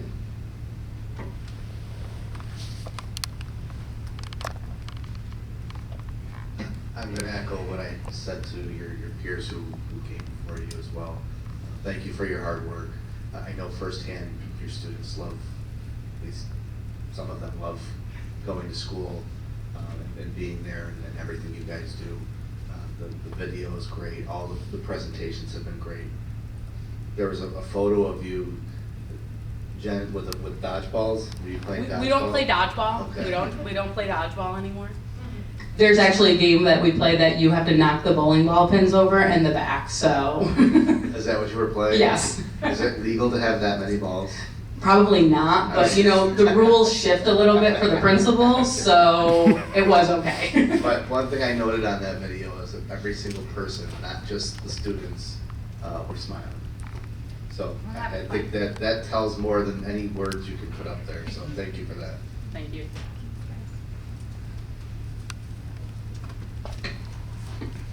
Thank you, Jen, and thanks, Thank Ms. you. McNamara. So next we have Danielle's going to come up and walk us through some of our equity data as well as data dashboard. We just finished the 10-week cycle, so she's going to do that. I'm going to actually give you this.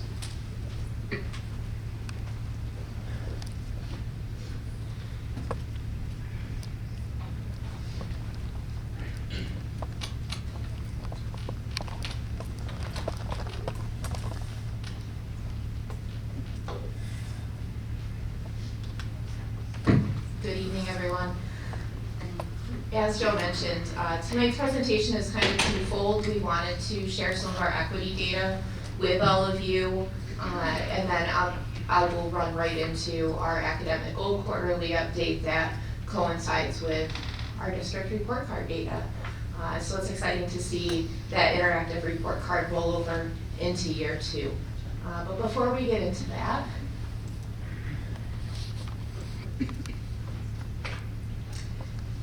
this presentation that I'm sharing with you is really an extension of the NISBA presentation that some of you saw around the end of October. So thank you to those of you who were able to make it, but now we're able to share some of this important work with all of you. So again, thank you for the feedback at the last board meeting. So when it comes to the district's equity goal in our strategic plan, ensuring that we're offering equal access opportunities and choices for students, what we noticed when we started to do some data work with an equity lens, we were looking really in this instance, or for the first set of this presentation, over the course of last school year, so 2021-22 data is what this portion focuses on. And it also is specific to students at our secondary level, and you'll kind of understand why as this unfolds. But then I'll show you our elementary and secondary data put together currently. So as you can see on the slide, when we look at our percentage of students in our secondary buildings who receive special education supports, there's about 15% of students, again, at the secondary level, receiving special ed supports. When we look at or try to zoom in on some of that data, and we're considering how we're offering that equal access opportunity and choice for students, we were looking at what activities do we offer. As you know, we showcase our activity involvement on our district report card, and that data has always been central to our secondary students because that's traditionally who those after school or before school programs have been offered for until fairly recently. So if you don't have the data, it's hard to pull the data. So we could really only focus, or we were limited to, the data that we had. And so again, reason for that, only looking at our secondary population. But when you look at that description, that 5% is the percentage of students in our secondary schools participating in our school offered activities who receive special ed supports. So what this is showing, and what the consecutive slides will show, is that our student population isn't necessarily proportionate to the population of students that we're taking this really zoomed in look at. We would like to see that 5% closer to the representative population of the 15%. So that's just looking at our students who receive special ed supports. But again, we know that ensuring equal access, opportunity, and choice isn't just limited to students receiving special ed supports as an example. As another example, looking at the percentages of students in our secondary schools who receive free or reduced lunch. So that population is about 30% of students at our secondary schools. But when we honed in and we looked at our students who are participating in those school offered activities who receive free and reduced lunch, we see that disproportion there. So it's not 30% of students, it's only 12% of students. So how can we increase the percent of students who receive free and reduced lunch who are participating in our activities? Again, this is at the secondary level. And then third, when we're talking about ensuring equal access, opportunity, and choice, we're not only talking about our special education population, we're not only talking about our free and reduced population. In this case, we are looking at our demographics in terms of students who are white or students who are not white. So again, 14% of our students in our secondary schools are not white, but when we're looking at students who participate in school offered activities, that number's only 11%. So again, looking for the proportionality there, where really these two numbers should be closer together as they are in this example compared to the 12% who receive free and reduced lunch compared to the 30, or the 5% compared to the 15. So when we're looking at how to make that more balanced or more proportional, we really wanted to reflect on where we've been, think about where we are, and come up with some action steps for where we're going, knowing that it's not just limited to, in this case, our activities that we're offering, and I think that you'll see that kind of come together as we continue. So as you saw, our equity data is really showing that students in marginalized groups are not participating in our school offered activities at the same rates as non-marginalized groups. So steps that we've taken, expanding the number and types of offerings available. Again, as you may recall, we have been offering activities for our elementary students that really is a fairly new idea. Providing after-school transportation, trying to reduce that barrier of transportation was really important for us. So although at the elementary level when we started offering activities, we did not offer that transportation, just last year we were able to do that. So again, taking away that barrier. Where we currently are, Mary Moyer and I have worked through what we were considering an activity audit, really for lack of a better term. We were just looking at School Tool to realign what's currently offered with what we're collecting data-wise in School Tool. Again, you can't report out on it if you're not tracking that. So now we are keeping much better tabs as far as those activities go, so that we can do some of this work. Thank you.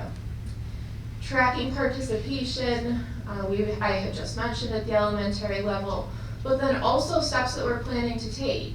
How can we really take a look at the activities that we're offering, what's popular to who, but also when it comes to who's participating, looking at who's not, and trying to encourage some of that participation, or really dig down to what some of those root causes or what some of those barriers might be.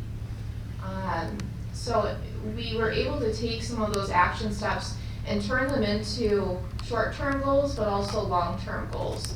So this slide that you see is really just a summary of those first 3 slides put together, trying to focus strategically on the types of activities that we're offering, targeting who is or not participating. Our goal is that we'll see a more proportionate representation of our student participation within those marginalized groups. So again, trying to see that 5% of students at the secondary level participating in those activities, who receive special ed supports increase up to 15%, 12% of students receiving free or reduced lunch participating, closer to that 30% population, and the 11% of students who are not white increasing to a more proportionate number, such as that 14%. So again, condensing that data into what those short-term goals are is important to us, but we also know that we have some longer-term goals that we really need to be focusing on as well. And so you've heard some phenomenal presentations come from our buildings over the last few weeks. You've heard about the work that we're doing when it comes to trauma-sensitive schooling, social emotional learning, culturally responsive learning and teaching, restorative practices. And so as we start to think about that bigger picture, we know that a more proportionate representation of our student population will create a stronger connection to the school community, and we hypothesize that that stronger connection will lead to effects in other areas. So what you see on this slide as a long-term goal is looking at our number of suspensions. Again, this data is specific to students in our secondary schools, just for sake of comparison to those original numbers.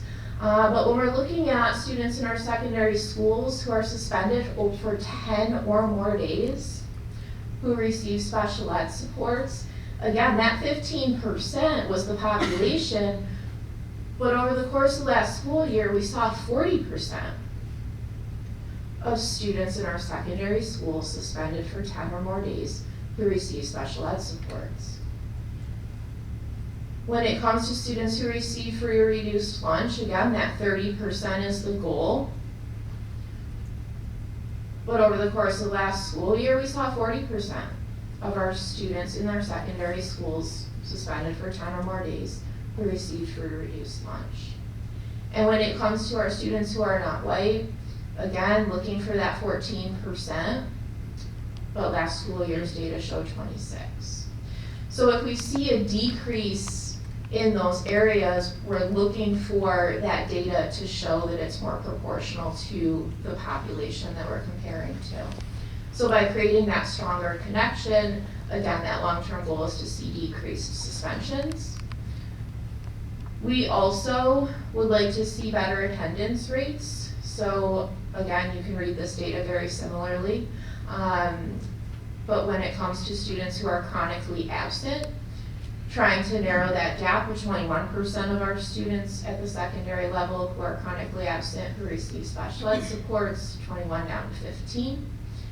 Our students receiving free or reduced lunch, 55%, which we would like to see closer to that 30%. And then students who are not white, 20% down to 14. And then lastly, again, the data reads similarly. When we're considering our students who are not passing their coursework, 32% of our students are receiving those special ed supports, 57% who receive free or reduced lunch, 21% who are not white. So as we continue to work on some of those short-term goals and increasing that student participation, increasing that connection to the school community, we're hopeful that we see that reduced rate in suspensions, less students who are chronically absent, and students who are passing their coursework. We know that that doesn't happen alone, like I mentioned, and as our buildings have been mentioning. We've been doing much of this work for some time now. When it comes to trauma-sensitive schooling ideas and practices, social-emotional learning, culturally responsive learning and teaching, restorative practices. I think the difference now is that we have some of this data to support it by having this equity lens or by really conducting an equity audit. So I know that one of the burning questions is where do we stand now, or how can we stay on top of some of this data? So as I mentioned, we were able to do some work tracking some of our student activities for the fall at the elementary level. So this next data set that I'm going to show you tonight is really a sneak peek, and it's taking all of our district population into consideration, but it's still only limited to that first 10 weeks of school. So we still have plenty more activities that will be offered in the winter, plenty more activities that will be offered in the spring. So this is a more condensed snapshot when it comes to the length of time that we're collecting the data, but it's a bigger snapshot when it comes to actually representing our full student population.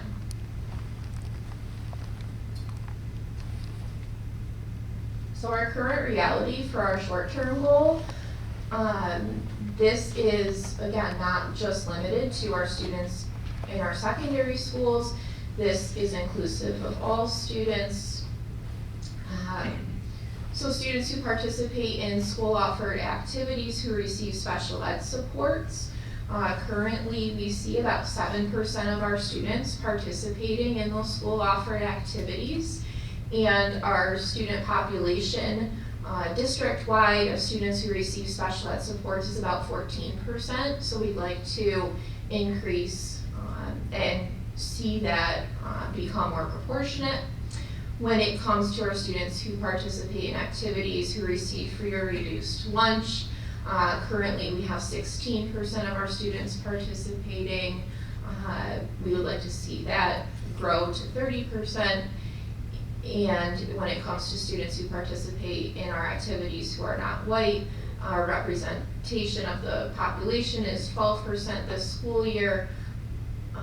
13%. We would like to see that 12% grow up to that 13. So that's an example of something that is a bit more proportionate, obviously, than the other two groups. But similarly, we know that some of this work, creating those stronger connections to the school community, as well as that puzzle piece graphic of our trauma-sensitive schooling, social emotional learning, restorative practices, and culturally responsive teaching, that will also work to achieve these long-term goals. Reducing our number of suspensions would be first. I will point out that instead of comparing to students who are suspended for 10 or more days, again, being the first quarter of the school year, this is representative of students who have been suspended for 1 or more days. But again, that population of students receiving special ed supports is 14% district-wide. Currently, we see 33% who are suspended. Students who are suspended 1 or more days receiving free or reduced lunch currently is 63%, where we would like to see that decrease closer to our population at 30%.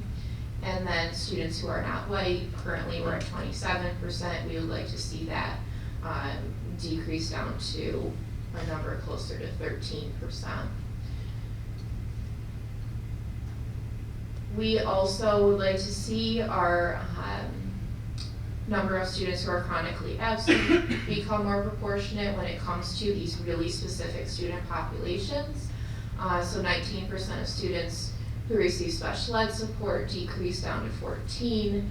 42% of our students receiving free or reduced lunch are currently chronically absent, seeing that decrease to a number closer to 30, or students who are not white decreasing from 16% down to 13. Again, when it comes to being chronically absent. The next 2 slides are specific to certain grade levels. As you know, when it comes to our universal assessments that we give to students every fall, winter, and spring, we assess students in grades K through 9 using either Ames Web Plus or the STAR assessment.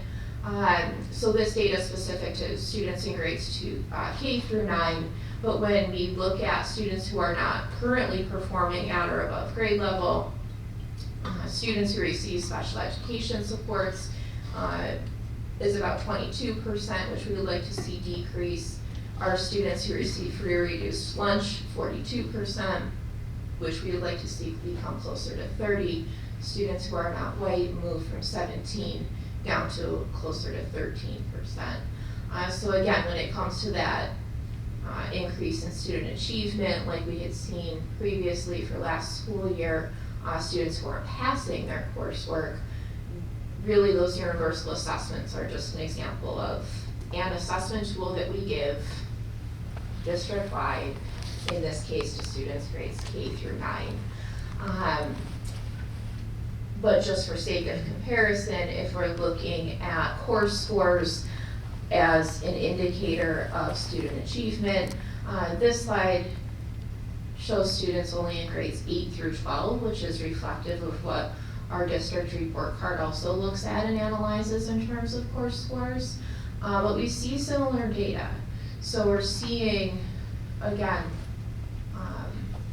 those marginalized groups are not performing at a proportionate rate to the population. So students who are in grades 8 through 12 who are not passing their courses, receiving special ed supports currently for quarter 1, 32%. Students who receive free and reduced lunch, 62%. and students who are not white, 23%. So again, this is specific to students in grades 8 through 12 in those different populations. So when we use that equity lens, as you can see, some of those numbers create emotion. Some of those numbers create that need for more reflection. I think that it's important to use that data to, again, just kind of reflect it where we've been and where we are. But I think that you've also heard some great ideas about where we're going. So this equity lens really is an extension of where some of this work started in terms of our district's report card, but our district report card doesn't necessarily break that data down to really take a close look at specific populations of students, and it doesn't necessarily take a close look at that proportionality. And so some of the feedback that we received from other districts across the state at NISBA, as well as feedback that we received in a smaller regional group through our equity-focused leadership work with Syracuse University, this is a place that many districts are at in terms of the conversations that are being had, but when it comes to that data collection side, have acknowledged that there's room to grow there. So that's some great feedback that we've received from partners around the region and the state. Moving into or transitioning into our update in terms of the district report card for the first quarter, this is the page on our district website where our district report card is housed. So just for sake of conversation, or to point it out, right from the beville.org website, you can hover over that district tab, and then under About Us, you can find our district report card. Based on feedback from board members last year, we archived snapshots of our quarterly reports. So following tonight's meeting, you'll see for the 22-23 school year, quarter 1 will be archived, but you can refer back to last year's reports. You can also refer back to last year's interactive report card in its entirety. If you recall, you can look at different time periods on those filters that are set, and you can just still view last year's data in an interactive way. The other thing that you'll notice here is a link to our interactive equity audit data. So the presentation you just saw is really just a compilation of the data that's in that equity audit, but the report itself is also put together using the same program that our district report card is. So again, as Joe mentioned, we've rolled over much of the functionality and the look and feel of our district's report card from last school year to this year. I was able to make just a few updates or tweaks as far as what it, again, looks or feels like. For example, incorporating such interactive table of contents. So if you would like to just jump to a specific page, you can click on that page right in the table of contents and it'll take you there instead of having to scroll through the pages. But what I did, similar to last year's, was really to create a summary in the beginning, as you see here, that just as an overview of this data that you see on those different slides. So I'm not going to go into every single slide or every single data point that we currently have posted, but I will point out a couple of highlights. You've been hearing about including that elementary data in terms of our activity involvement. So on our involvement slide, you can see a list of all of the different activities that are currently being offered this fall, and it is a scrollable field, so you can scroll through, which obviously makes it interactive. You can hone in on a specific building filter or multiple buildings if you wish. For example, you can select all of our secondary buildings or all of our elementary buildings, and the data will adjust. You can also sort based on the type of activity that it is. I will share with you that you'll notice here in this chart over here to the left in the bottom corner, because we're incorporating all of the activities that we're offering, elementary and secondary, we saw some shifts with what might have been not necessarily the leader, because athletics continues to be, but we saw music last year in the first quarter as our next most popular type of activity at the secondary level. But we've incorporated so many more activities now on STEM, health and wellness, and student leadership we had before, but it's kind of expanded now if you consider all of our elementary school student council teams. So just as an example, there's obviously much more data there to explore, but I wanted to point out that that is a update to what you saw last year. I also included an update to the look and feel of our universal assessments page, because I know we've had a lot of discussion about pre-COVID, during COVID, and now what finally feels like we're exiting that and becoming more normal.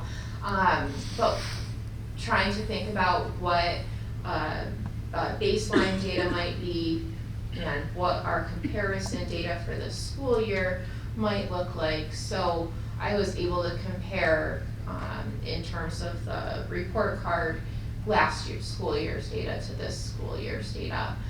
So again, similarly, you can sort by grade level, you can hover over certain areas, which makes it interactive. And then on the STAR data side, so grades 2 through 9, I was also able to include the comparisons to the region like we included last year. So other than that, we again haven't seen many shifts in terms of how the data is presented.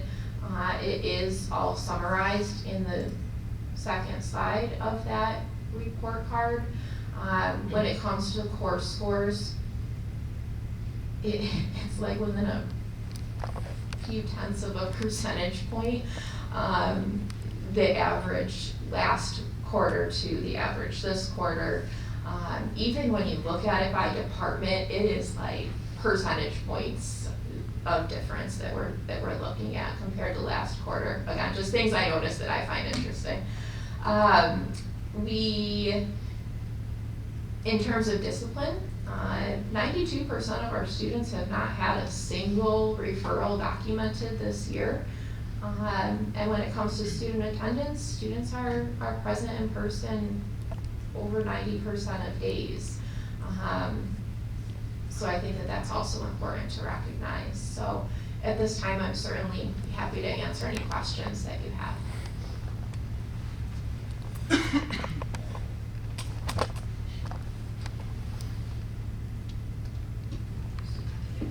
I'm saying that was a lot of information.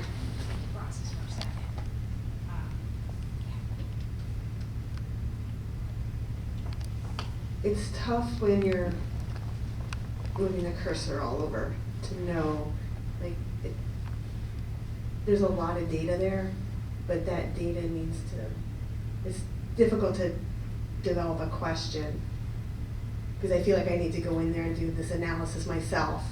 And I think, you know, as a district and with the board's help, what exactly out of all that data we would like to have like formal presentations on, or a data retreat like Superintendent Thompson was talking about when we've done all this work to bring to the table, but we can't even develop questions because it's not presented precisely. Not anyone's fault, we're just developing, you know, how to use this as a board. And is there something I can go over more slowly for you? Well, I think also for some of us who've been on the board or been attending board meetings, just, you know, what has been presented in the past, and because this is way more information, which is good, but just how as a board we're going to use it and need it to be presented. Like, this is the first quarter, but I'm really not sure with all the moving around what we're focusing on. I don't know if that makes sense. I'm not sure if I'm being real clear right now. What I've got to say is that, you know, I think that the information in the report is alarming but not surprising. I think that it will provide some guidance in terms of what the board wants to set as priorities and goals. when we get to that point. And I think it also provides building leaders, teachers, staff, some guidance in terms of some of the things that they might want to improve in their practice. They're drilling down. We're not drilling down. I'm just trying to get a big picture of everything. You know, how are our kids doing, you know, academically? We hear a lot of today about, you know, the equity.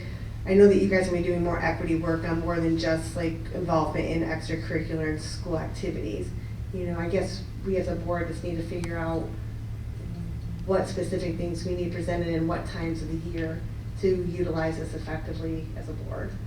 And it's just a work in progress. I mean, there's tons of work in here, and it's amazing what you have put on here and made it public to everyone.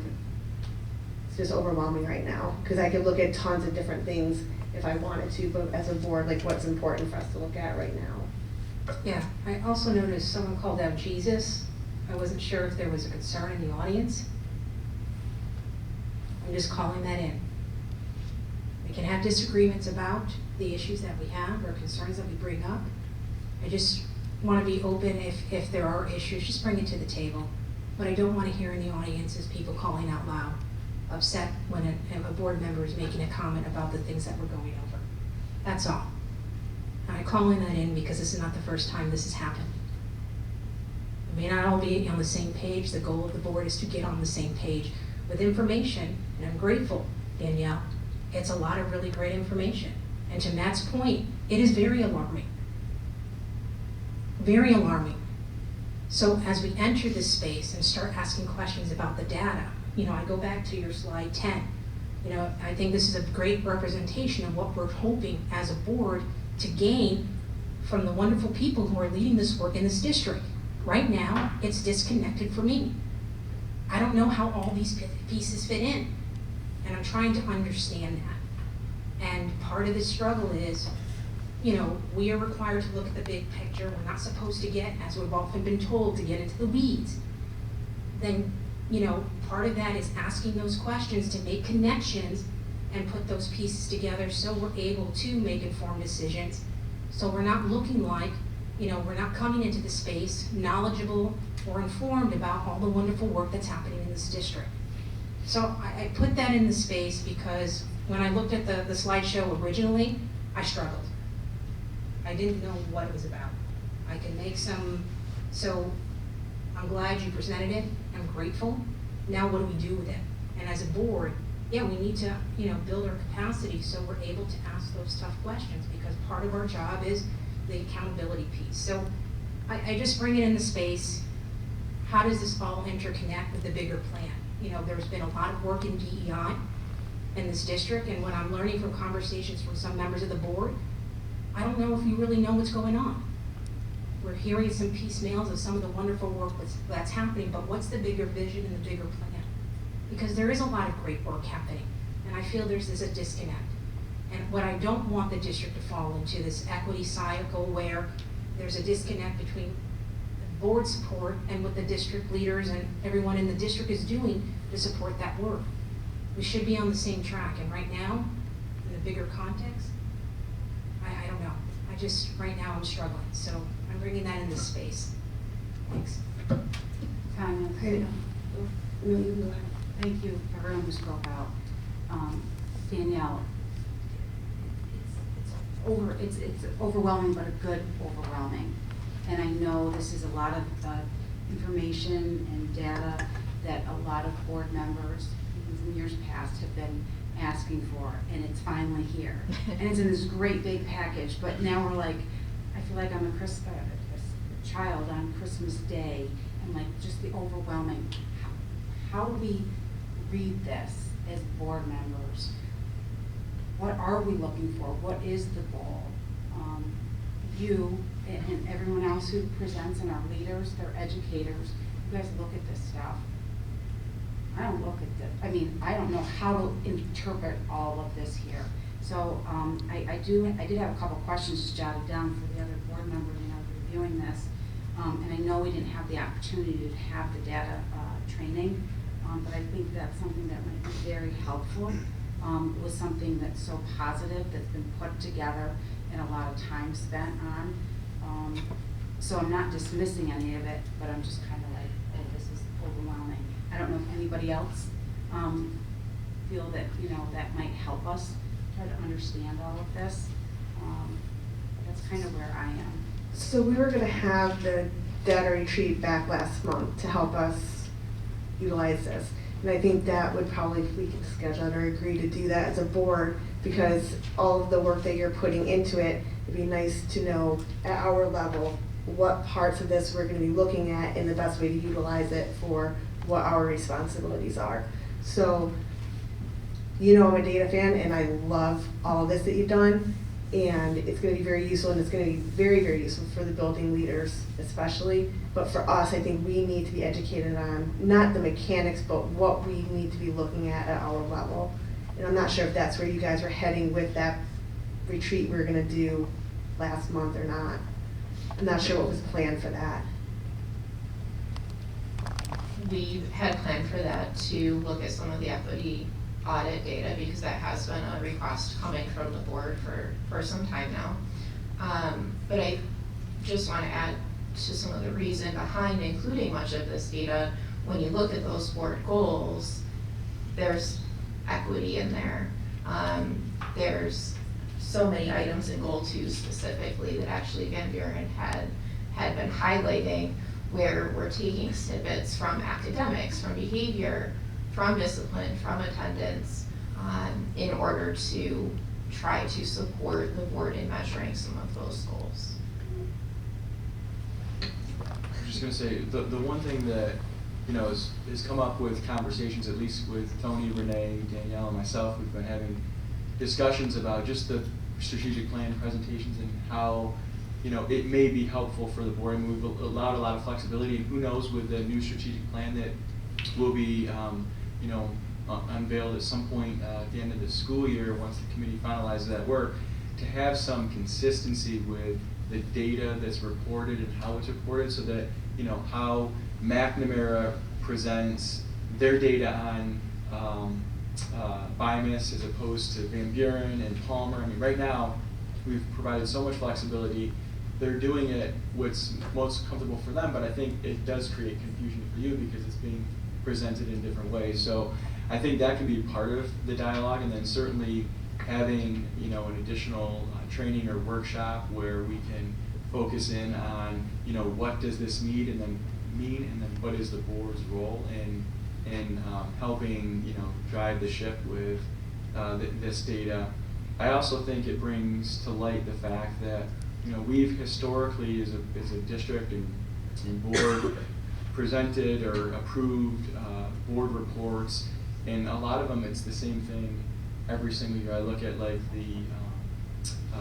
the beds report or the McKinney-Vento report or some of those other updates to curriculum instruction. You know, now that we have this, you know, depending on the discussion that you all have, you know, it might be that there are more specific reports that are provided throughout the school year on areas that need to be focused, and I think that would be helpful. I mean, we have to change, right? We can't just keep doing the same thing that we've been doing for the last 10 to 15 years. So timing's probably perfect, and certainly with a workshop and or a retreat, we can come to some type of agreement as to what is best, you know, moving forward.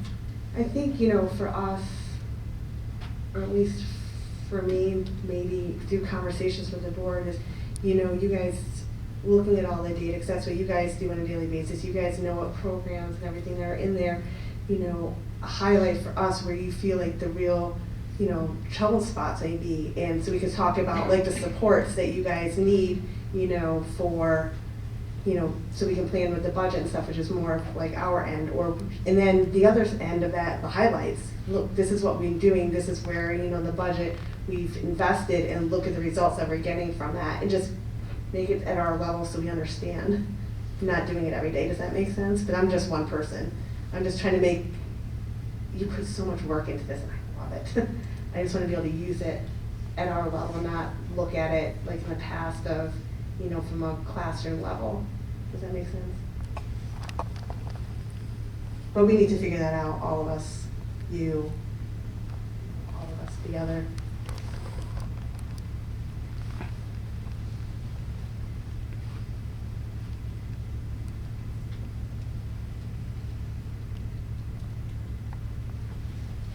I just wanted to add real quick on the involvement slide in the report card that I think there's an extra letter for the student council. Under student leadership, it says the student council.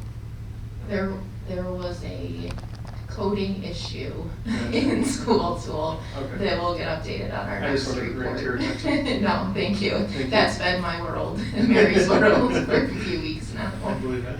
Thank you Yeah, though. no problem. So just a thought with that, like the equity stuff that you presented tonight. So we're focusing on the three different areas, special education, free and reduced lunch, and our non-white students. So when we're looking at that, you're talking about connection and the more connected they are with school, you know, hopefully there's maybe greater school achievement with that. I guess my question is just thinking about, you know, just from an individual student. How are our what's the percentage of our like non-marginalized students? Like how are they participating, you know, the percentage that they're participating in our extracurricular activities? And I imagine for all of those, is it like one encompassing strategy to just try and envelope all of the students to get as many kids involved? So I think the goal should be not just what you consider marginalized students, but the goal is to get as many students as possible involved in our extracurricular activities and school events. Yeah, and you know, some of the feedback that we've received as a think tank or a community of practice, even with other districts, some of the ideas, you know, thrown out there, things like where are the activities that are being offered driven from, right? Like at the elementary level, it's put out to teachers to say, what are teachers willing to host an extracurricular activity about? And it's teacher driven in the sense that those are things that teachers might be interested in. But if you were to flip that and you were to say, what are the things that the students are interested in taking activities for, and then put it out to the staff and say, hey, who's willing to, you know, jump in and do that? I don't know. I don't even want to make one up because who knows what the kids will come up with. But flipping that model a little bit, you know, was an idea of some of the feedback that as we thought alongside some other partners. Again, just an example. And I like that because that question may come up later on with the new courses because we're wondering the same thing. New course offerings, you know, who's driving those decisions as well. So, you know, again, I think there's always work that can be done in these areas, but obviously starting somewhere and capturing those ideas. I just want to point out too, you know, while that goal might focus on the activities, the reason we incorporated those long-term goals is because we're focusing on these bigger things like suspensions or chronic absenteeism or student achievement that simply take longer to change in a system than the things that we might offer for student activities, for example. So you were looking for some clarity in terms of what are some things that the board might need to be looking at, and again, trying to incorporate not only the activities, but some of those bigger pieces on the academic achievement side, but also the non-academic side that we know also impacts those academics. I was just going to add, I think to clarify, because you use, you know, the idea of the non-marginalized we listen. So when you look at this data and when we actually go to the report, Danielle, if you go to the other dashboard and then select the report for the equity audit for 21-22, you're going to see, you can look at this, you know. So for example, I'm looking at it right now and I see an area where our white students are not participating at the rate that they should be in science-related activities. So it just forces us to ask further questions. So, you know, for the purposes of this report, we just kind of highlighted a few of the items that are areas that were of, I guess, maybe greater concern. But you can go through this for every single area. So if I'm looking, it shows here that our Hispanic and Latino students participate much more in science than they do, proportionally speaking, to their overall representation across the district. So we can have further conversations, and that's really the purpose of this. And that data's all pulled and it's in that dashboard. So again, in retrospect, would it have been ideal to have our board workshop stay on schedule? Absolutely. But we know that obviously didn't happen. So again, this is another dashboard that we've been using as our district's team to make some of those comparisons. But as Joe mentioned, just for sake of explanation here, if you do go to look at it on your own time, if we're looking at the proportionality or just how to read this, over here on this top chart, you can see the percentage of students in this case who do not have an IEP compared to the students who do have an IEP. So that purple color, we would expect if we had true proportionality happening across our districts in all of these different activity areas, that purple line would extend all the way down through all of these different activities. And the two places where it even comes somewhat close would be technology. Think about it. Our students who receive special ed supports are most interested in technology activities or art activities. Positivity project is that character building one. So when we ask those questions, then we go and we say, well, what can we gather from some of that data? Or when it comes to expanding our activities that we're offering, if we see that trend happening, what are some other areas of technology that we're not currently offering those clubs or activities that we might be able to? So again, this report can look at gender, ethnicity, students with disabilities, and our economically disadvantaged students by building, if you so choose, but in many of those different areas that are also represented in that district report card. So while it might exist as two different reports for, I guess, fear of it becoming too overwhelming, it is separated out. But again, just trying to look at similar data with that equity lens was the intent. What I like about it is it allows you guys your team to really drill down. One of the things you said is trying to figure out what the root cause is or could possibly be. And this allows you to do that. And I did attend another data session as well at the convention, and one of the first things they said is school districts, are well known for having a lot of data, organizing the data, and that's where a lot of it sometimes stops. They don't know really how to utilize the data. We're going to be able to, because of how you've done it, and go deeper to find out the reasons why we may be seeing what we are, or why we're not seeing what we think we should be seeing. Right, and as we talked about in the NISBA presentation too, again, the topic was telling your data as a story. So yes, looking at those numbers might say one thing without the context of the story there, but now you have, much more of that story there as well. And then just to speak to your point too, Jen, about the data itself. We know that just in our district, our data exists in many different places and many different systems that in my perfect world, they would all talk to each other in some way, shape, or form. But I'm making that happen through some of these customizable reports that we're able to see, and many of the districts that we've been working with or speaking with are looking for programs that can do that sort of thing, or they purchase one and they think that it might give them all of that magic in the world, and there's always another way that somebody wants to look at it.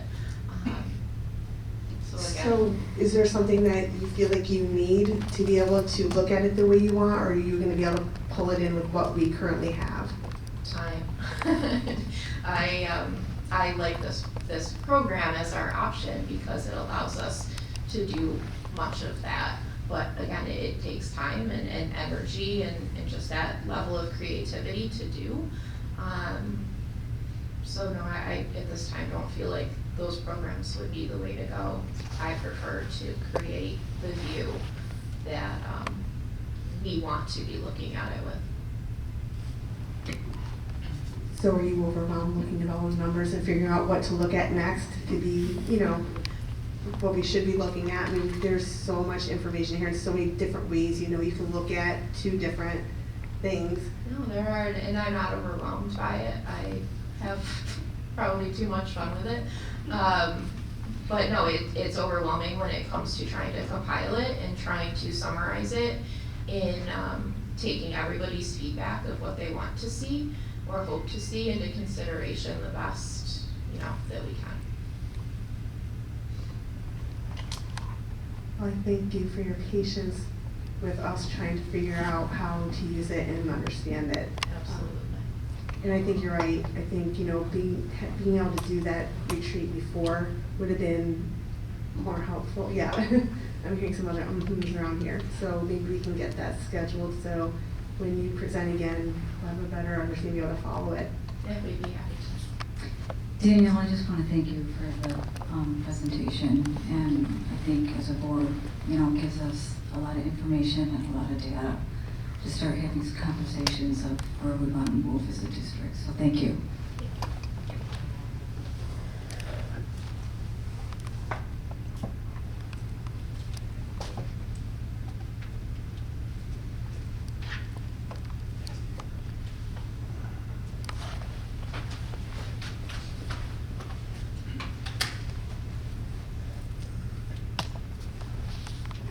So the next report that we have here is just a textbook adoption. This is for a series of texts for 2nd grade.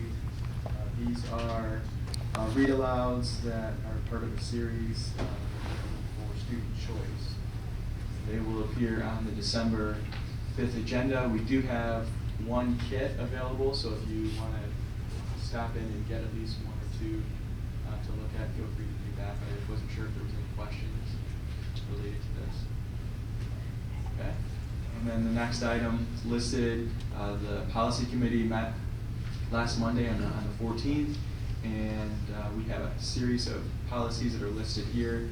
3,000 series, we finished those to revise that are listed, and 4,000 series we were able to get through a good portion of them.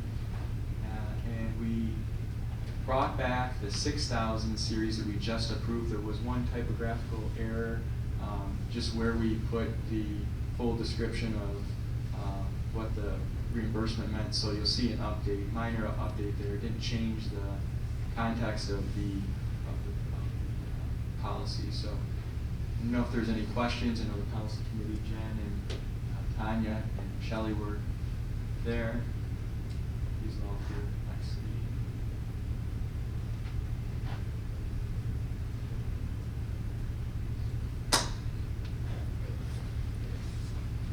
Right, moving on to new business. Resolved that the Board of Education approve the textbook adoption of Hair Love by Matthew A. Cherry to be used in grades 5 ELA classes pursuant to the attached. Have a motion, please? Jeff first. Second. Second, Matt. Any questions or discussion? All in favor? Aye. Opposed? Passes 8-0. Next item, resolved that the Board of Education approve the textbook adoption of Front Desk by Kelly Yang for grades 5 ELA classes pursuant to the attached. Can I have a motion, please? Shelley first. Second, Jeff. Any questions or discussion? All in favor? Aye. Opposed? Passes 8-0. Item C, resolve the Board of Education approve the textbook adoption of the Harmonica by Tony Johnston for grade 6 ELA classes pursuant to the attached. Can I have a motion, please? Move. Jeff first, Matt second. Any questions or discussion? All in favor? Aye. Opposed? Passes 8-0. Item D, resolve that the Board of Education approve the textbook adoption of The Boy Who Harnessed the Wind, Young Readers Edition by William Kamkwamba and Brian Mueller for grade 6 ELA classes pursuant to the attached. Can I have a motion, please? Move. Jeff first. Wayne second. All in favor? Aye. Opposed? Passes 8-0. Item F, resolve that the Board of Education approve the new course proposals for Durkee Junior High School and Baker High School English, PE, Technology, Business, Science. What? E. Oh, thank you. Item E, resolve that the boys baseball team travel and participate in the high school baseball spring training at ESPN Wide World of Sports Complex in Orlando, Florida, March 29th to April 5th, 2023, pursuant to the attached. Can I have a motion, please? Second. Tony first, Shelley second. Any questions or discussion? All in favor? Aye. Opposed? Passes 8-0. Item F, resolve that the Board of Education approve the new course proposals for Durkee Junior High School and Baker High School English, PE, Technology, Business, Science, pursuant to the attached. Can I have a motion, please? Jeff first. Matt second. Any questions or discussion? I do. In reference to the course proposal for the remotely piloted aircraft systems TAC, there's a limited number of seats in the proposal. I guess I'm wondering how do you choose students who, I'm on board, I want to sign up. So how do you ensure equitable access to a really dynamic tech experience for students that could lead to certification of their opportunities? So they've listed limited number of seats because of what they're looking for, ultimately the class size, and so we have to take that into consideration. Certainly if there's a significant number of students that are wanting to take this course, then we'll have to make a decision about whether we hire additional staff, where that fleshes out with the other courses that students request. Every year students have to make decisions based on the course selection process as well as the scheduling process, and it is truly random.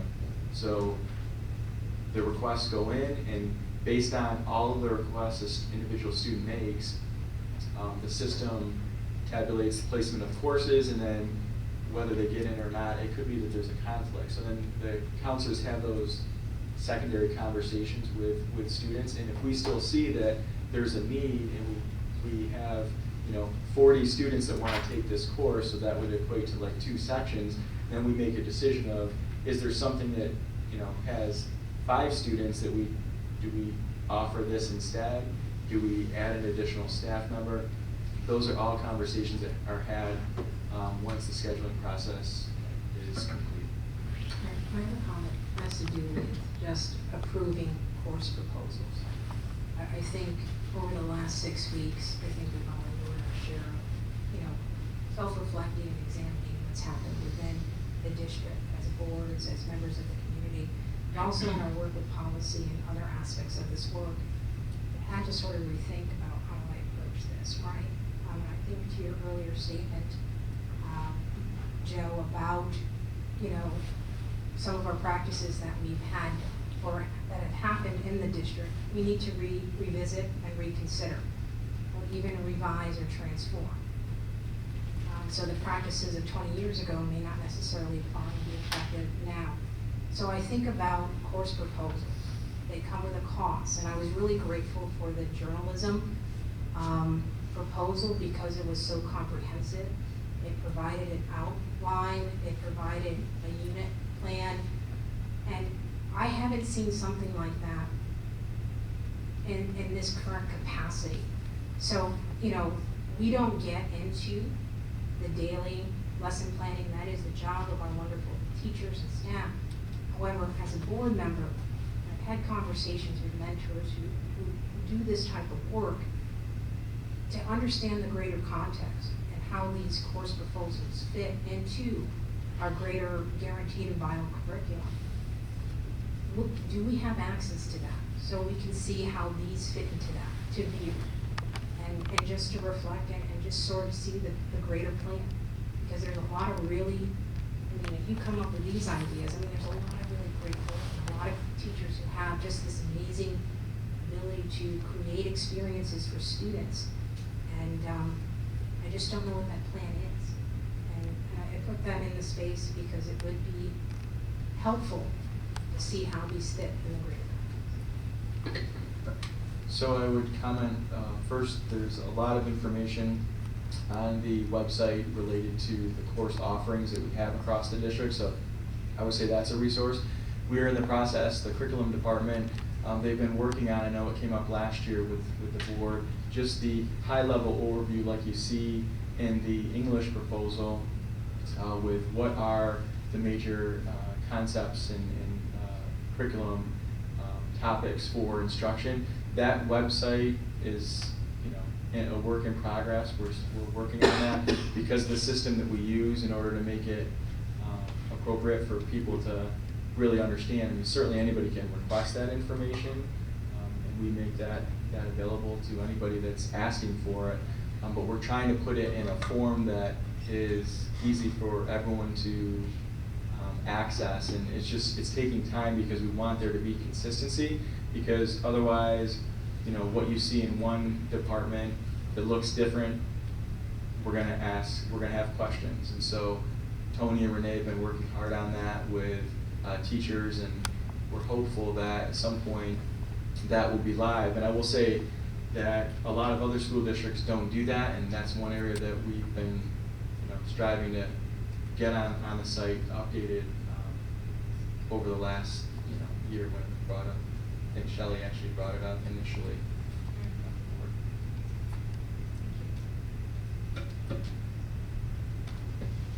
So going back to the question that we had about activities being offered. So when there's a proposal, it's for a course. Are these coming from like the student perspective or what the teachers want to teach? Because obviously we want teachers to have passion with what they're teaching, but how are those interests aligned for the offerings?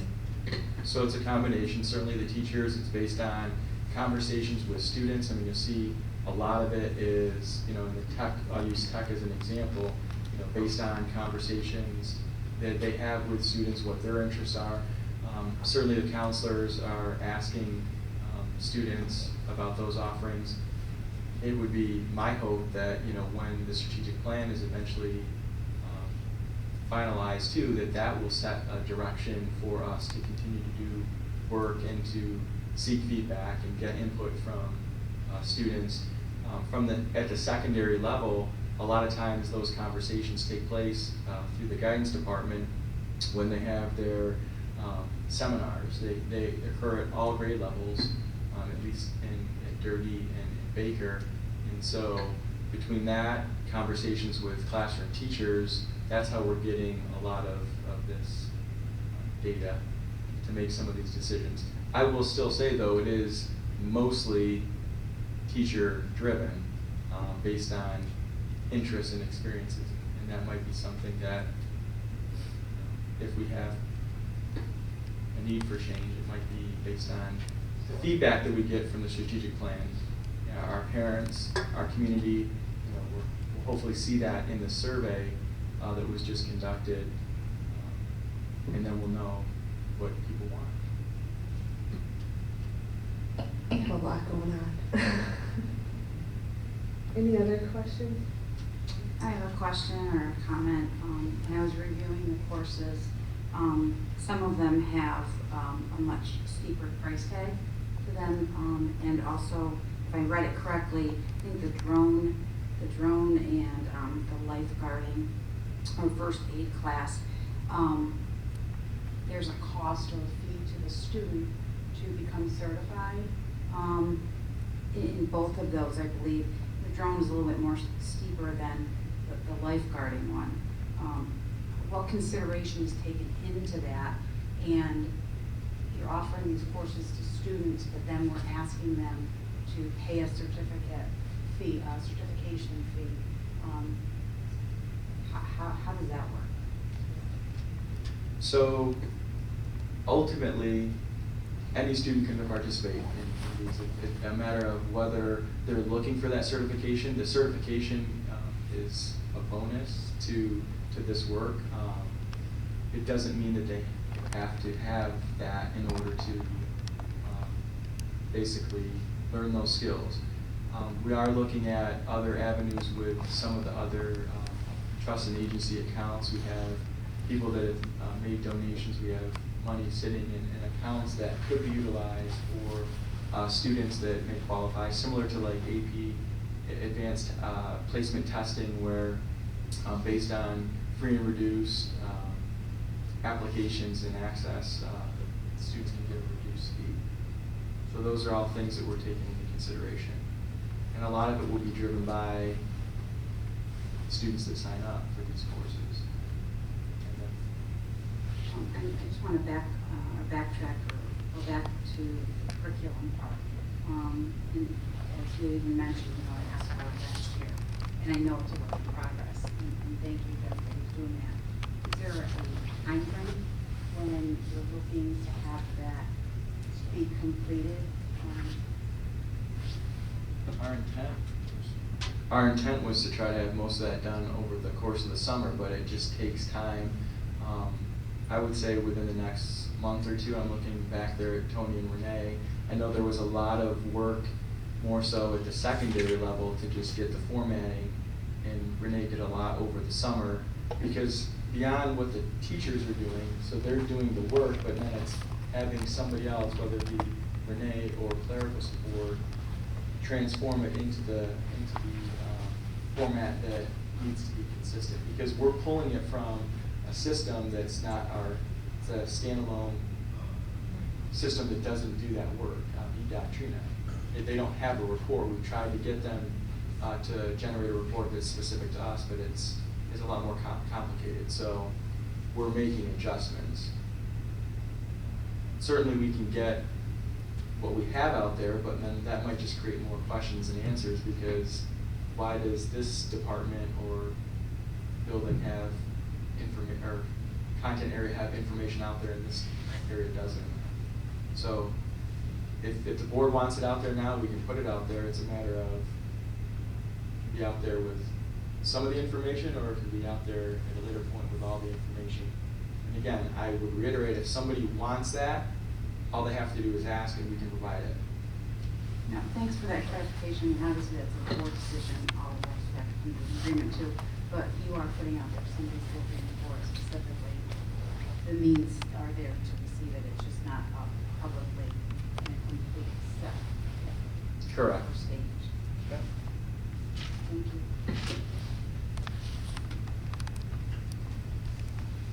Any other questions for that? All in favor? Aye. Opposed? Passes 8-0. Item G, resolved that the Board of Education approve the disposal of surplus equipment and instructional materials pursuant to the attached. Can I have a motion, please? Shelley first. Jeff second. Any questions or discussion? All in favor? Aye. Opposed? Passes 8-0. Now move to board roundtable.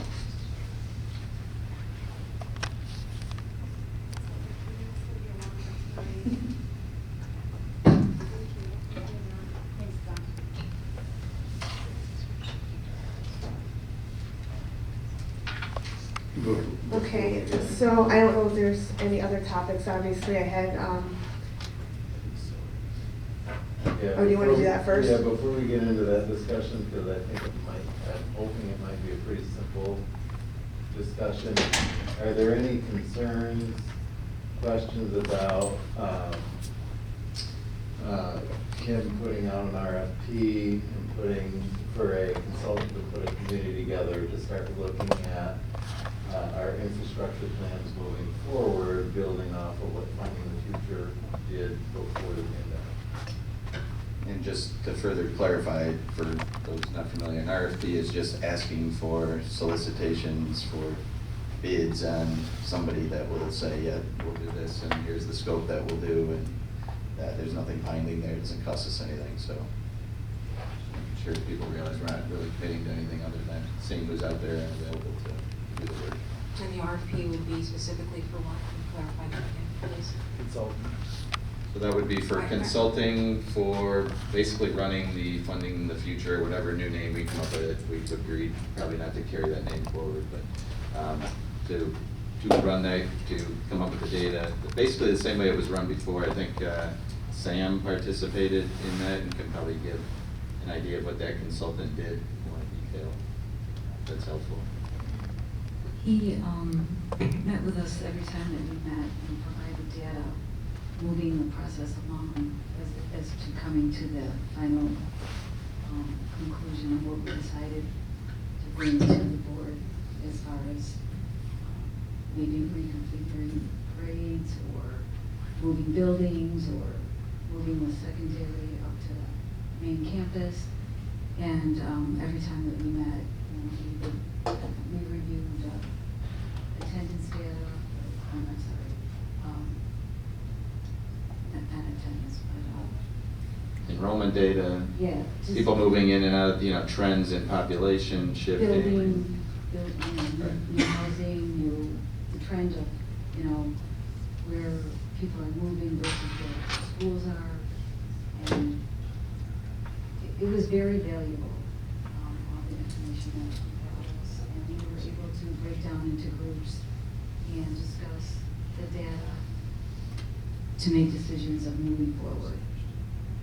So the committee would be made up of different stakeholders, and the facilities committee agenda was a list of the participants, and the last time was made up of students, parents, community members, local legislators, teachers, building staff. So, the committee, the hope is that the committee is making the decision and the consultants just facilitating that discussion among the different stakeholders. He didn't lead me with decisions, he just facilitated all the questions and information that we wanted. And we were able to go on building visits and, look at, and basically anything that we asked, he could get us information on. And the decision last time around to bring in an outside person was to create some independence, not somebody having associated with the school district facilitating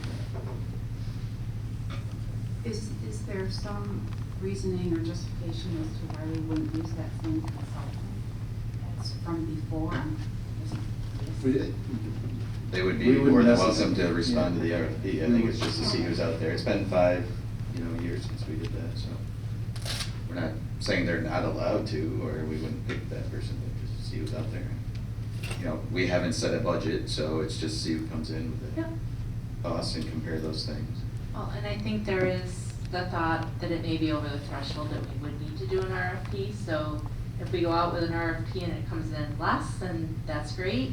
But if we wait and don't do the RFP and we start soliciting and then we have to do the RFP, it just extends the process a little bit longer. Thanks. And keep in mind, the timeline we were proposing was to have a consultant selected in January, so that we can have the committee set up and running by June, so. Gives us to work with that consultant in the early part of the year, so the second half of the year, we're making progress with whatever the makeup of that committee is. I have no objection to the RFP.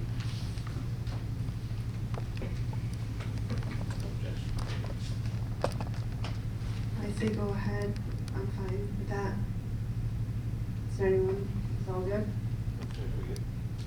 Looks like we got some consensus, so if you don't mind kind of putting that together, that'd be great. Absolutely, and just to remind people too, if we utilize part of that study or all of that study in regards to the capital project that we're going out with, it will be able within that capital project at our 8 ratio. So we'll get a significant amount of that money back for it. So thank you. Tiffany is the RFP magical person, so she will begin to work on that, and then once we get people interested, we'll bring that back for discussion. Thank you.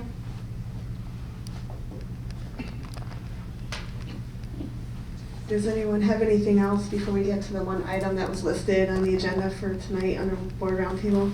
Just real quick, a few weeks ago, as a board, we were able to recognize schools individually. And I really enjoyed doing that and hearing what each school had been doing in the past week. I don't think we sometimes give the schools and the staff and the kids all the credit that they deserve. And I really feel that moving forward, as a board, if we could recognize in each individual school more often. It doesn't have to be every board meeting, it doesn't have to be once a month, but I think it's really important to our community to let them know what's going on in our schools. And I think it's really important for the students to know that we're involved in their learning process. And I just, moving forward, I would really like us to think about maybe recognizing the schools individually as a group. Thank you. I agree. I enjoyed doing that roundtable we did in, I believe, beginning of October, where we each read out something, a couple lines from the school. So I agree. I don't know what the periodicity of that would be, if it'd be once a month or every other month or something, but I do think it was nice to share out, and I learned a lot about what's going on in the schools, so I'd be supportive of that. So, just something to remember, there was a reason why we did that at that meeting, because we didn't have anything for board spotlight. And we do have a board spotlight, and I think we have to remember that this is a board meeting. It's not like I don't want to say performance, but we're supposed to get all of that information in the Friday letter. We asked, Superintendent Thompson last year to have those weekly letters put in there that are going home, those communications to the families, and that's where we get the information. So really, would we just be sharing with each other, or, like, I understand, like, we want to promote the schools, but is that something for, like, Azan to do? Because is he just repping just the high school, or is he getting information about all the students, and should that be more suited for a student report? What I understood Sam say is just, we're really here about the students, and hearing about the accomplishment of students in the schools is important to her. So I agree with her. I think that it's something that, more than once in a blue moon, we should kind of maybe have an opportunity to hear a couple of the accomplishments of the students in each one of the schools. I'm not opposed to that. I'm just saying that we get that information in the Friday letter. So I guess, is this a board meeting, a meeting of the board, or is it a meeting for the public? I mean, really, they're observing us, and we're just having communications to get the board business done, and we've been criticized for having very lengthy meetings, and we're already at almost 10 o'clock. Are we going to do that? Like, I'm very proud of everything that the schools are doing, and we promote a lot of that on social media and the newsletters that go home, and those newsletters come into the Friday letter. I'm just throwing that out there as well. Is this something that, is better suited, and I wish Azan was still here to get some, he had to leave because it's already late. He can't stay for the whole meeting tonight. Is that something for him? Because I noticed today he actually did have something from Eldon, and usually he just does have bigger stuff. And is that something that we have funneled through him to report out, representing the students? I'm not opposed to who reads it. I mean, if he read it out, I think somebody helped collect all that information from the different principals. So, I feel some of the stuff we share here is not just me to share with my 8 board members. We are informing the public about things here too. So I don't think sharing out 5 minutes worth of information about the schools is extending our meeting to an excruciating length. So I'd be happy with Azan to share all those. I just think the point was getting that information out there, sharing it about the schools. Yeah, we get it in the Friday letter. That doesn't help the public know what's going on in each of those schools. So I'm actually surprised we're talking about this much. But. No, it's okay. I understand your perspective. I was just putting the perspective of board meetings for, board business and just getting through it. I'm okay if that's what people want to do. I was just trying to say, hey, you know what, we have stuff in the Friday letter about everything. Are we informing ourselves, or are we doing report outs to whoever may be listening to us? That's all I'm doing. So we don't get all the newsletters anyway that are sent out into the Friday letter. So that would be helpful for the board to know what's going on in the buildings anyway, whenever they send those communications out. I think we get a couple of them consistently. Not all of them. We can follow up with the buildings to make sure they're being sent for the Friday letter. Appreciate it. It's also an opportunity to celebrate those things. So, we read it in the Friday letter, but, kind of doing it publicly here is an opportunity to celebrate. So is that gonna be in addition to the Board of Ed Spotlight? Are we still gonna keep going with this Board of Ed Spotlight, or are we changing the format of Board Spotlight? I don't want to change the whole process of anything. I just thought it would be a nice idea if once in a while we were able to celebrate some accomplishments of the schools and the students. I know when we went on the visits last week, even though, you know, we hear what they do, you know, when they come and do their presentations, being in the school and seeing things and talking to staff, there were things that, you know, we reported out on that we didn't know was going on in the school. And if we didn't know it, then the community and maybe even the other schools don't know it. Yeah, and I don't see this any different than us bringing in anybody in the spotlight, giving us a certificate, taking pictures, posting them on Facebook. We're not doing that for the 8 of us to be informed. We're doing that for the public and giving them public recognition. So reading out a couple bullets on each school, what they're doing, I think is in that same spirit. That's fine. That's fine. I was just doing a perspective of, you know, the board meeting. I'm fine with that if that's what everyone wants to do. I'm just getting more clarity since we do the agenda. Is this replacing our traditional Board of Ed Spotlight? Is this something we're gonna wanna do every meeting because we need to plan for that? Do we look for meetings where it's a shorter agenda? Or, you know, I don't even know. I'd have to look at the video to see how long that took at the last meeting anyway. So to Sam's question, so what do you expect to see then? I don't disagree. You know, what do you want to see? I want to see us interacting with the people that come here, the people that watch the board meetings. I want us to be able to share information about school. Like for myself, I did Reynolds. I had no idea that they did that at their school. And I apologize to Reynolds because I believe I talked about doing a bingo card. And when we went to the school, we were able to see, I saw the bingo cards sitting out on the wall. And I thought, this is really cool. And I asked Melissa about it, and you know, she spoke about it for a few seconds. And I thought, well, maybe another school would like to do something like that. No, understood. That's all. So when you mean once in a while, what's your preference? You said once in a while. Can you, what does once in a while mean for you? What would you, in terms of frequency, what would you like to see? And what would you suggest to us as a board?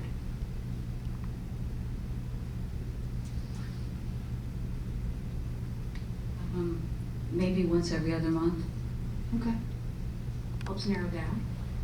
Right, so how do we? Thank you, Sam. Thank you. So how do you get the information? We have the plan ahead of time. Maybe we can look at the longer, you know, look at the agendas going forward from now until the end of the school year, which ones are more lengthy, and put it on like what we anticipate being a shorter night, or Do we all want to still continue Board Spotlight the way we're doing it?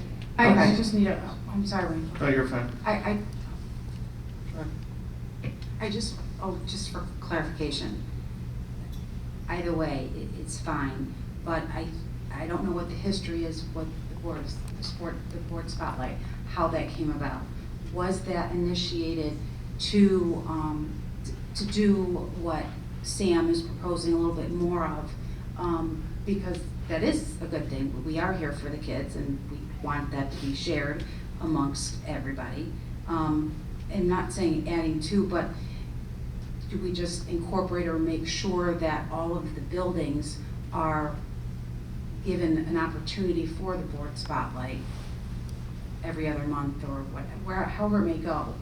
So I guess it goes back to why the board spotlight. For me, why was this created? What was the process or the procedure of getting people recognized for the board spotlight? And is it really just taking buildings, Sam, is like you're indicated or you're suggesting, and just put into the board spotlight as opposed to having it in something additional? But somebody help me out. I just asked Jeff, who's our most veteran here on the board, and he said it's always been here, so he doesn't know how it started. I can respond to that. It was based on, you know, recognizing student accomplishments. So, you know, it started off with students, and at one point there was a period of time where we recognized staff, and then it was refocused on students again. So there's a lot of great things that happen in buildings. They're bigger events. So the way I'm understanding what Sam is recommending, and based on the conversation at Agenda Planning, is that similar to what we did on that October meeting, you do something like that. I mean, there are big things that happen in each of the buildings once a month. So if you're doing this every other month, then you'll have at least 2 things to read potentially from each building, and maybe that replaces, I mean, we're always, I won't say struggling because that sounds harsh. We're always spending a lot of time, Sarah at Buckshot specifically, trying to decide, okay, what's next on the spotlight? And so this might help us to focus and give more access to the spotlight to all of the schools, as opposed to the traditional things that happen, the athletics, the fine arts, the that type of thing. We will still have those, but this, I think, opens up more opportunities for student recognition. So that's the way I kind of envision it based on what I heard. So we would keep, because you guys have that schedule for Board Event Spotlight from year to year, so we would keep that and then insert this, but you would need to get that information from the principals, and we can look at the agenda and see which meetings we think that would fit best in. Yeah, I don't even know that we have to go that deep in deciding which meetings. Or just I think we once a month, or if we decide, Sam, did we say once a month or once every other month? Okay. we can plan on. This is for us to decide. It's not my decision. It's for us. I think that it would be good just to have us on, throw in a couple of points here and there. The McNamara Minute, the Reynolds Rewind, whatever he wants to phrase it as, and, because I think when he talks, it's like we said, it's mostly about the high school. So those, elementary schools are kind of not getting neglected, but not getting the focus. And it goes to the 3 C's we were talking about before: collaboration, communication, and celebration. So I don't know if there's any way we could just say, at the end of the week, have the principal email us on and say, hey, we did these 3 things, and he can pick whichever one he wants to say. They did a trunk or treat at, Reynolds, and here they had the, basketball and books, and whatever the case may be, just to highlight those things. I don't think it needs to be, an hour-long conversation, but, just a 30-second snippet of what these schools are doing. I mean, Hazan's not here to kind of defend himself, but... I know, all these for him to have to leave early. I like this, and I think he would be fine with it, only because when the one teacher last time said reach out to me, he reached out and they talked, and so I think this is a great opportunity for him to engage with the principals. If they send him some ideas, he goes through them. If he's got questions, he can ask for clarification, and then he picks the ones he brings. I actually really like that idea. I think it brings another dimension to his spot, being a student rep, as the UPK all the way through 12. But to Sam's point, getting it from all the information from all the different buildings for the highlights. So I don't know if we would bring it up to him or see what he thought about it, but I think he would enjoy it, because he seems to enjoy, he has pride in all of this just the same that we do, so. Sure, we can send him that message, and I would expect he'd respond accordingly, but yeah, we could start that next month. I think if he's gonna do it, just have him do it once a month. I mean, they do the, they send the newsletter thing, whatever, once a month, so it seems like a good cadence to keep up with, and he can choose what he wants to share. I like that idea. Only noticed he mentioned Eldon today, which I thought was pretty cool. So Joe, do I email Azan, or do we go through? We can follow up with Jen Turpinning with that. Yeah, I can follow up with Jen Turpinning and see if he's receptive of that. Yep. And then you get back to us. Yep. Okay. Thank you. Anything else before we get to? Okay. So the next thing is the vacant board seat. We've had a vacant board seat for 44 days now. And according to our policy, we need to have that filled by 90. And we've had to prioritize what gets done in what order here. So board policy 1240, I printed off, and it says the board has the power and duty to fill it. We have a responsibility and legal obligation to do so. So there's 2 different things that we can do. We can have a special election, or we can actually appoint someone. So if we go down the appointment road, election is an election, If it's not decided by 90 days, then it can go to our district superintendent at BOCES to appoint someone. Whoever it would be would serve for the 5 months to the election day, and then the person, if we were to go to special election, or excuse me, whoever serves, whichever method we go, whoever serves, they're only gonna serve until the next vote, and then they will, whoever is voted in, it could be that person or someone else, they would serve the remainder of Frank Mattis's term. It gets kind of complicated. Your situation was a unique situation because the person you're filling, it was the end of her term, so that's why you served until June 30th that year. So. How much longer did he have? Just so like if someone were to come in now, this would be his second year and then they would have another year, right? Or no? If they were elected. No, so they, Oh. whoever would come in now would go until election day in May, and then they could run again and get elected, and they would fill out the remainder of Frank's term. And then we'd be back on that 3-year cycle again. And that's I all think what you're determined by saying, law. No matter who fills that seat, they're gonna have to run in May again, no matter which direction. Correct. So then if we decide not to do the special election, we decide to appoint, there's different ways and methods that you can appoint. The last time we did it, we did a interview process, and we had 15 or 16 people apply, and we interviewed all of them. And we came up with questions and that, or we could just go through another method that they do is go to the next person who ran in the previous election. Or you could just appoint some person that you think may be perfect for the job. I mean, the law doesn't state how we appoint anybody. So there's some options, and that just opens up the discussion now that we know at least our options and what we prefer to do as a board. I thought, and I'm sure Tanya can give us her thoughts, but when we went through this last time, I thought soliciting interest and being able to see who was out there served the board well. We brought up 15 people. We saw some of them run again in the past one, so I'm definitely for seeing who's interested and you know, then doing some interviewing. That's, I think that's been common practice, so we did it last time, we also did it, time before that, I believe they did it before that as well, so in terms of interviewing, there was one right before I came on the board, and then I've been on 2, and we did it the same way every time, we solicited those who were interested, and selected and appointed from there.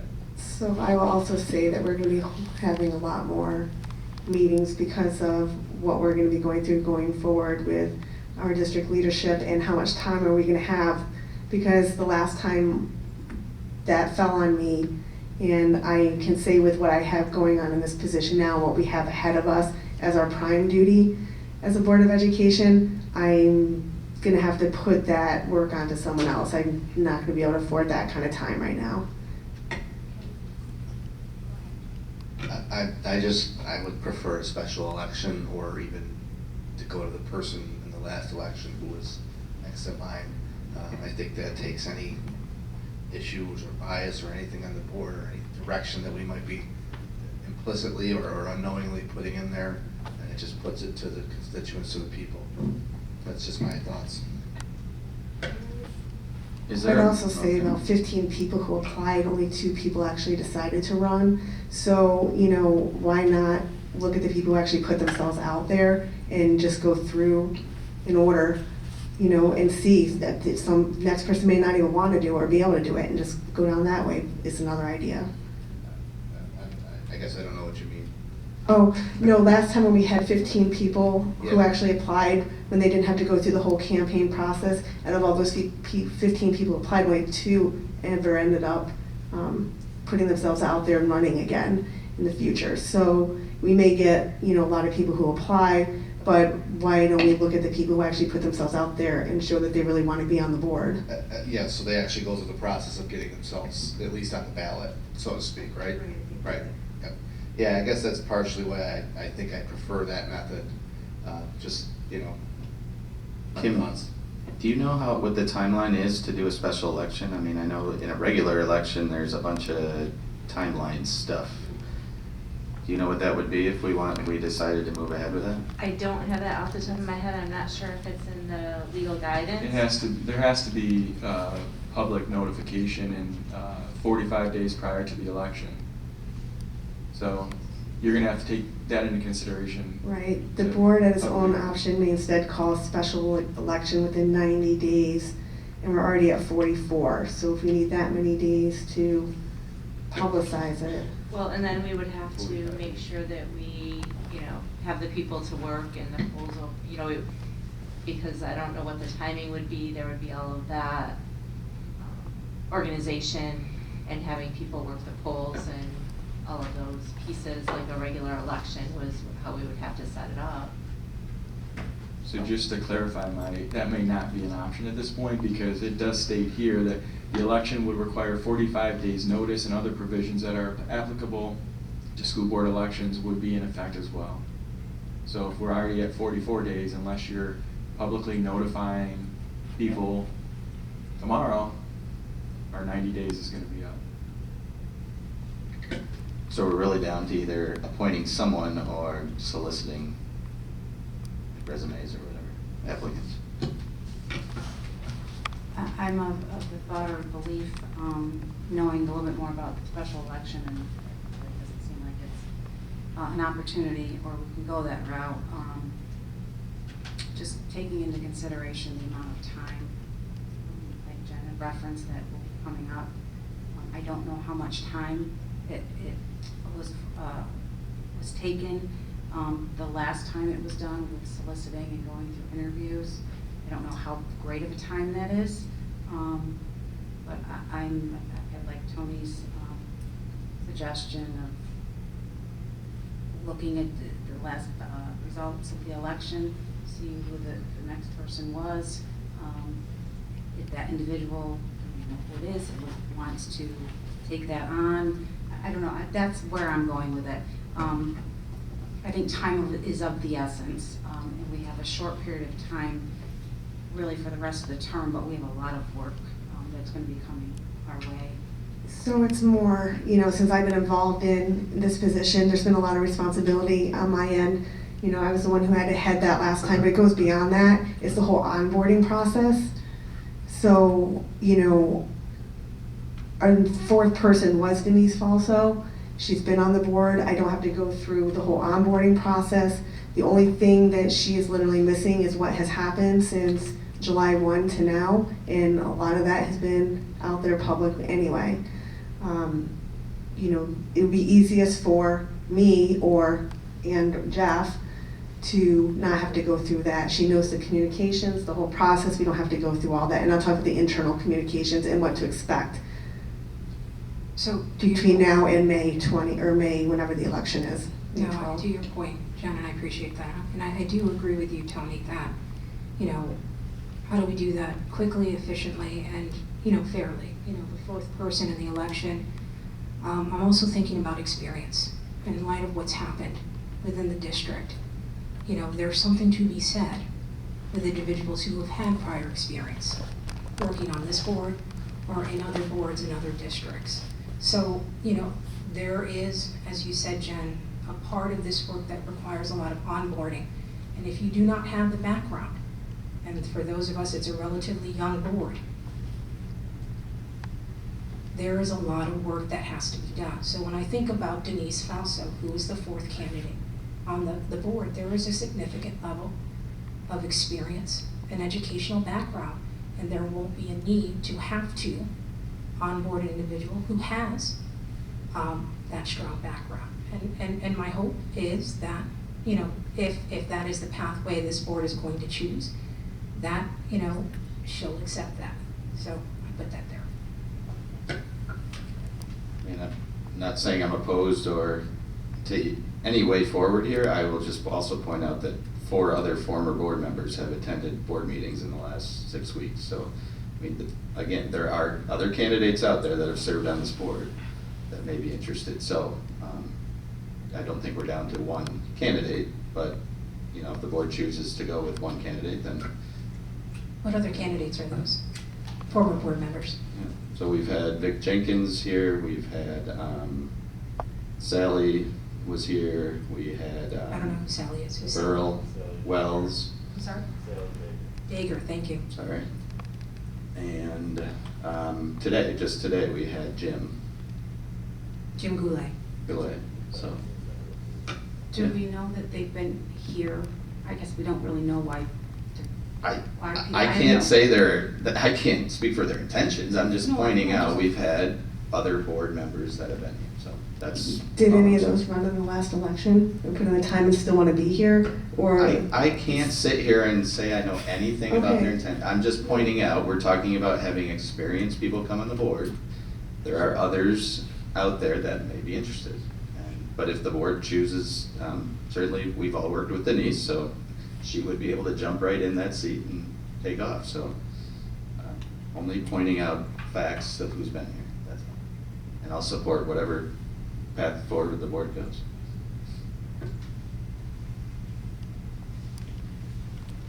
Some people have been quiet. Does anyone else have any thoughts or what direction? I just, to say that, I agree that, under the time constraints, having somebody with some experience makes sense. On this board, probably, is probably a priority just because of the differences, but any board, beyond that, would also be.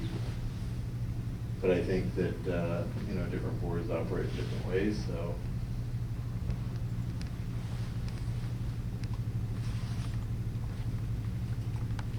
So are we looking to, it sounds like special elections definitely out. So when we're looking to appoint, I've heard two different things. I've heard board members have come and shown up at a few meetings, but there's been a lot going on, and we've had people who actually ran and haven't been far removed from the board who can fill that role for us until May, until the next election. And what's going to be easiest for us at this point, we're talking about another data retreat on here. We're talking about a lot of work moving forward with the events of October 7th, and for those of us, actually it's just Jeff Matt left, who went through that process last time, developing the questions, 30-minute interviews for 15 different people. It's a significant amount of time when people, are having trouble getting or staying to everything, their current responsibilities. Do we want to add something else onto our plate right now when we know that we had 9 different candidates who ran last year, and just go through the list? The good thing is we're not up against a deadline December 1st or December 7th or anything like that. So, we have the opportunity to go and, each one of us think about it a little bit more and come back on December 5th and revisit. We don't have to make a decision tonight. I don't think we can afford that. I think after listening to our community member, there is a great need for this particular chair to be filled. And I think if we delay it more, my wondering is, once again, is that going to cause, once again, more tension, about ensuring that this seat is filled, to ensure that this work continues to move forward. It just, I don't think we can wait. I think we need to just make a decision, and if we need to go, we just need to make a decision. And we've seen, especially what's happened in the last couple months, delayed decision-making causes some strife. And I wouldn't want that to be added to our plate because we can't come in an agreement or some level of consensus about how we select an appointee, that's all.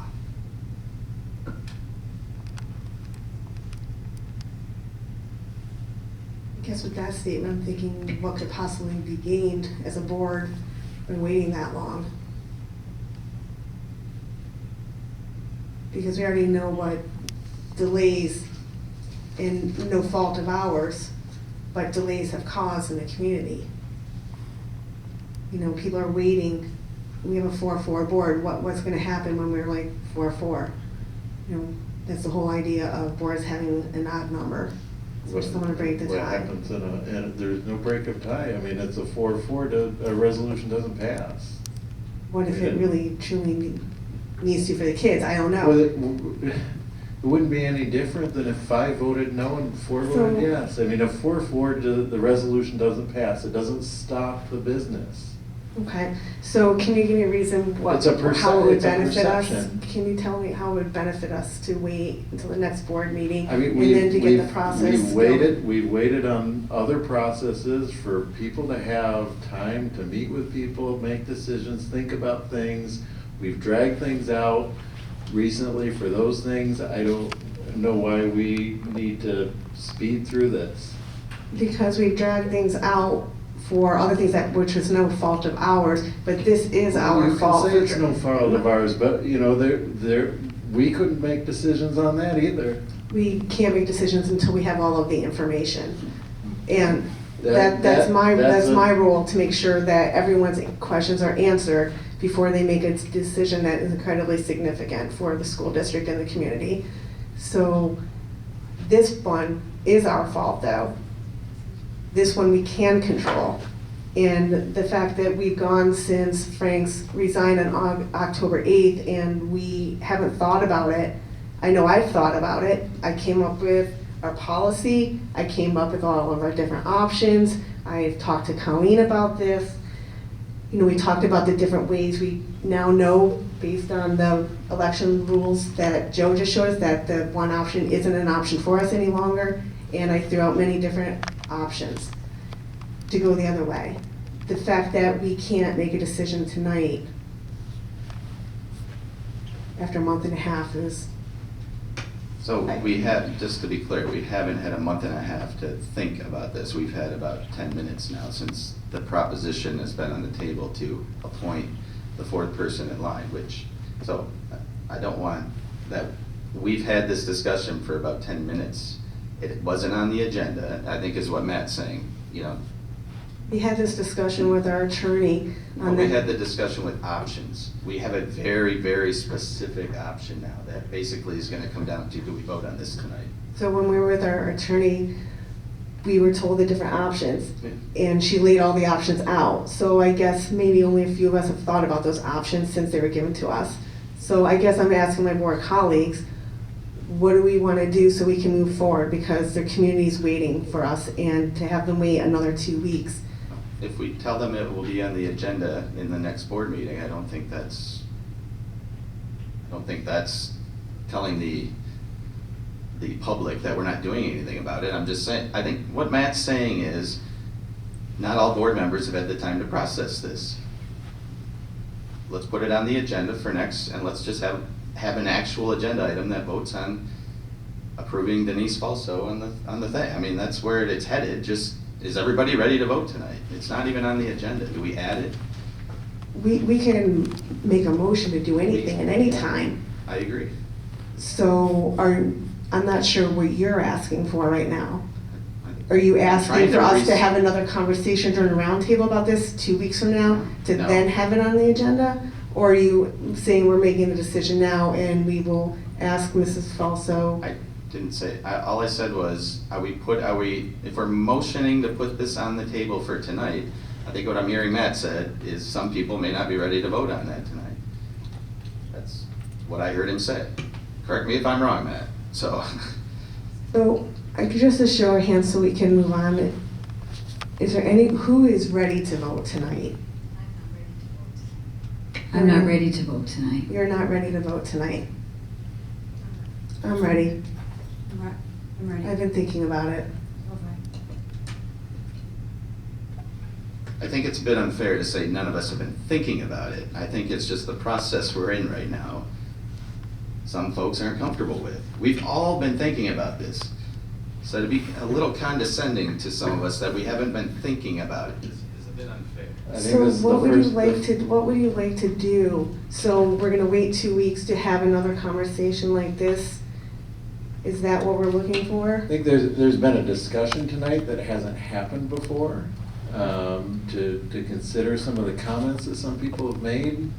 I mean, I don't, that's the same thing other people have asked in previous situations. If you've got something you want to happen and that's why you're pushing it, then so be it. But this is the same consideration you've given to other people in other situations.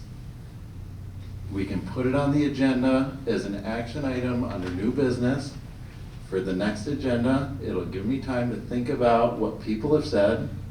We don't necessarily need to have another discussion about it. So I But just we don't have to have a motion and a vote tonight, is all I'm saying. Can I ask you a question quick? Okay. Go ahead, Wayne. What are we voting on? If we're gonna appoint the person or offer it to the person that was, I guess in fourth or whatever you wanna say? Or are we voting on if we're gonna do interviews, or what are we voting on? That was my next question. Are we talking about going through the interview process again, or are we talking about just appointing someone? Because, to put it off another 2 weeks, to have decided that we're gonna do an interview process, now you're going to be additional time behind.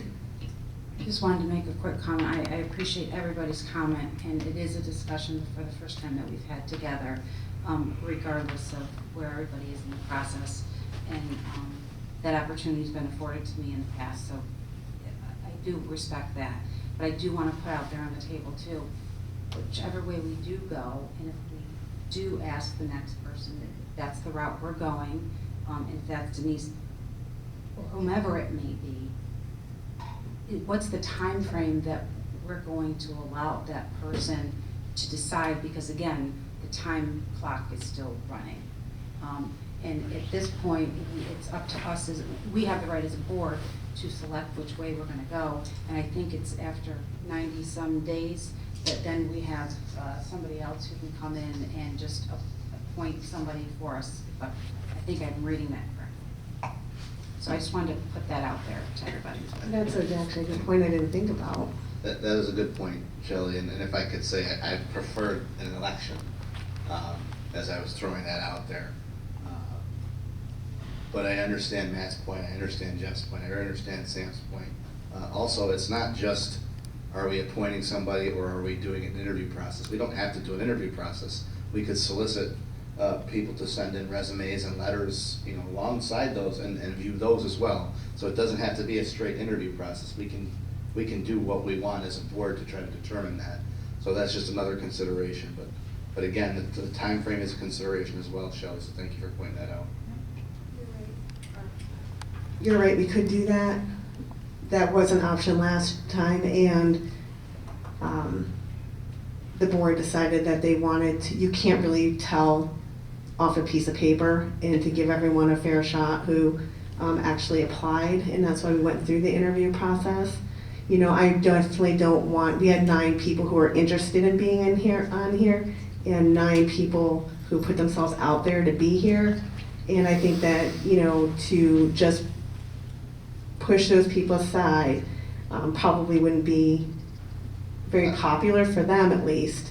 I understand that, but we also have 2 other people here who I believe put themselves out there as well during the election process. So I'm sorry, what? Yeah. What's that? I'm sorry, what? There's other people in the audience who went through the election process. Right. So No, absolutely. That was a good point that you had raised earlier, and that made me think a little bit more about the process. So, but it doesn't have to be an interview process, I guess. Right.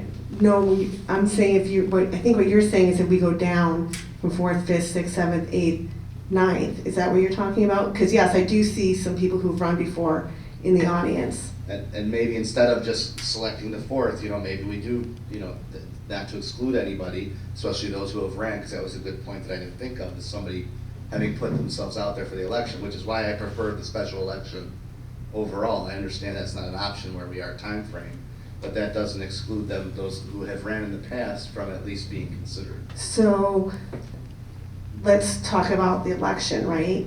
4th place that's what the community, wanted above 5th, 6th, 7th, 8th, 9th, okay? Do we owe that person, an opportunity beyond that? Because I know the 4th place person in this particular situation would take a lot of weight off of us because they know a lot about the district.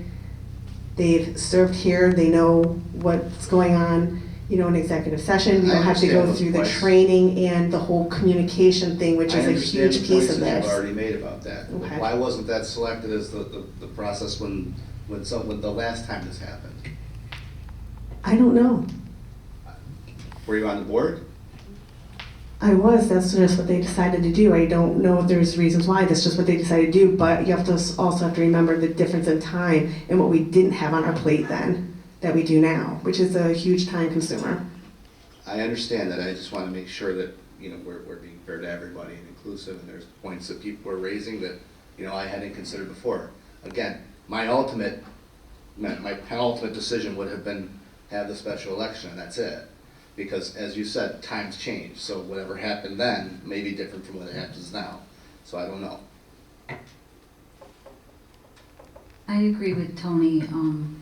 I think we should include anybody that is interested. I know it's time consuming. I know we have a lot to do moving forward, but I don't feel comfortable excluding anybody that has an interest in running for the board. So I'm just gonna put this out there. If that's what you would like to do, then my job as a president is not to do everything. It's just to run meetings, speak for the board, and to sign documents. So if someone wants to take that on, I'm just not willing to take that on. I, of course, will be there for interviews. I will go through resumes, but the actual coordination and stuff, I just don't have the time to do that right now. I'm buried with what I have to do now. I think we're hearing a few different things. I'm not sure if people may still need more time to process, or I'm hearing some people are, yes, I'm set, no, I'm not, and I want to go a different route, which is perfectly fine. But I'm also hearing the time commitment with, not only coordinating everything, Jen, and or Jeff, however that's involved, but it's also, we don't know how many applicants we're going to be receiving. If you're doing 30 minutes, not saying I am not up to the task by any means, but we've had conversations about all the additional work that's been put on us. The other thing is, I'm sorry, Sam, to your point, and some of the other board members, yes, we should give everybody an opportunity, but unfortunately, this is a very close period of time. I think it is a decision that we as a board need to make.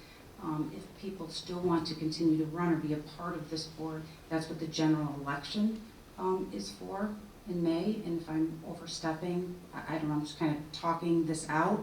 I think it's just time is of the essence, and going back, I'm not saying we have to make a decision tonight. I completely understand, but we are under a time constraint.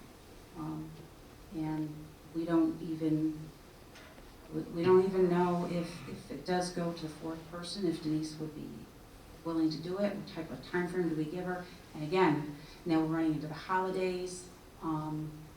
We talk about social emotional awareness and mental health. I mean, this is a lot. So not saying I'm up for the task, I just want everybody to be mindful of all of this. So can we operate this kind of like we vote on board leadership? We can say that we're going to appoint somebody. We can bring a name forward at the next board meeting. People can vote on that person. If the people want to express an interest, they can reach out to us and express an interest, and maybe somebody can put their name up for consideration. We do it for board president. I would have to talk to Colleen about that, and I have to talk to Colleen about that. All right. Oh, it was just a question. And I don't want to be misunderstood. I'm not saying I was opposing just working our way down a list. All I was saying is we give the courtesy to some of the board members that are not there yet. We put it on the agenda for next week and we vote on it, or next meeting. We're talking about 2 weeks from now. That's December 5th. I think we already know where much of the board is headed with this, and I'm not opposed to that at all. I just was trying to get the courtesy to some of our board members that we put it on the agenda for next meeting, not rush through this tonight. That's fair. And that does not mean I haven't thought about it. That doesn't mean I don't care about it. Any of that. It means just giving the courtesy to some of our board members, and let's put it on the agenda, and then be done. We can do that. So if you didn't come across clear on that, then my apologies. No, that's fair. I guess I just thought that, because we talked about the different methods and that was on the agenda tonight. We talked to Colleen about the different ways we could do it, that, we'd be ready to have that discussion tonight and make a decision as to what way we were gonna go. Well, one of the options. I just do want to point out one more thing that, really time is of the essence because we have some important decisions to make and the longer we wait, we want whoever to, now that we are at, we made a big decision, now we are moving forward. We need someone here to be present for this process going forward, bringing them up to speed on everything that has occurred. We need to get on it and make a decision. So talk to Colleen, if you need to bring a name forward, bring the fourth name forward, put it on the agenda for the next meeting, and we'll consider it then. So are you giving me permission to ask that person between now and then if they even want to do it? Because then that's a whole different conversation that's going to push us back yet another meeting. I guess that's what we're trying to avoid.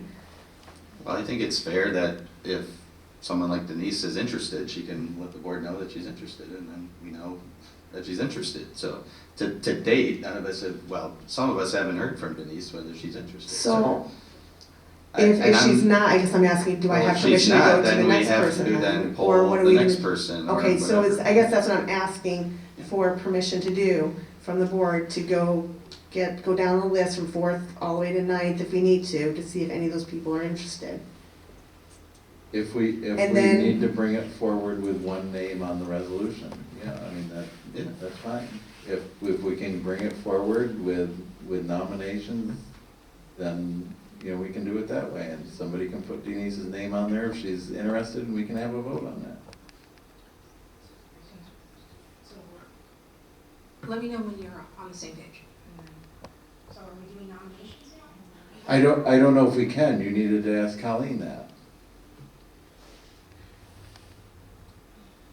Because it's not really an election and you're not appointing. I guess that's what I need to find out. And is it, it's like a public vote, but it's the vote of just the board and not the community. So I'm not sure how that would work and whether that's allowable.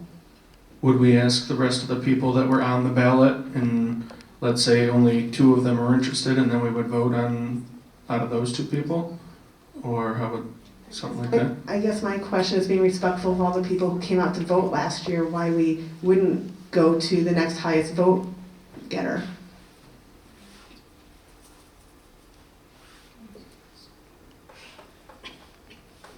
Just a question that's just pondering.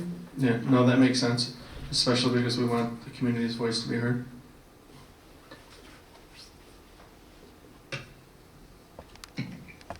Give me direction as to what I'm doing. Am I contacting Denise Falso if she wants to do it? Am I asking Colleen to put up a resolution, or no? See, that there's a whole domino effect here.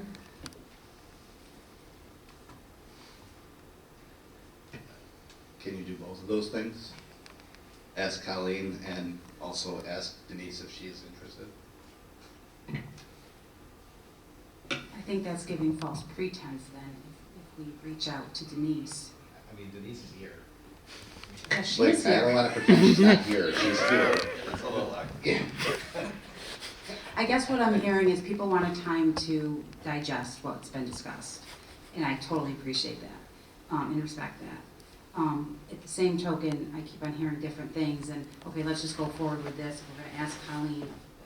But, so I think it really needs to go back, do we need the time to think about what we want to bring forward on the 5th? And if we don't, then I think Jen has the ability, or can reach out to Colleen and say, this is what we came up with, what do we do? But I don't want to speak for anybody else. I'm struggling here because I'm getting very mixed messages from what everyone's saying. I know, understood. I would be fine moving forward if Denise reaches out to the board and says she's interested, and we decide that let's go with the 4th person in line, that we put that on the agenda for next meeting and vote on it. I'd be happy to move forward. I think I just we're wondering. in a loop here. No, to your point, I'm just wondering if, and to Tony's point, special election, that would have been cool to experience, that would have been cool to experience. And but to his point, I just, once again, the path, voters selected board members, the fourth one in that process. It just seems just fair that outreach should be to Mrs. Falso. So I guess my wondering is if we made a decision now, if there is that much, if we made the decision now, this person could, Mrs. Falso could start December in our next board meeting, correct? I believe if we put it on the agenda early. Or motioned it now, but I get the impression that people want time. If we put it at the beginning of the agenda, the person could be sworn in at the beginning of the meeting, next meeting, so we're not really ahead there. Plus, we're giving some of our board members the courtesy of having time to think this over. So, I believe we could put it anywhere. Your courtesy for 2 weeks of time, so my wondering is, to those who are having some hesitation, what is the concern? What other information, what is the concern, Sam and Wayne and Matt? Where is the resistance? What's the concern? You don't have a concern, okay. So I pose that question to Sam and Matt. What's the concern or the hesitancy? I'm just, taking in, I need some time to take into what people said tonight. I think us appointing somebody, whether it's tonight or 2 weeks from now, is a big decision. And I know the community is anxious for the seat to be filled. And I know there's more than one person that may want that seat. And that's what's bothering me.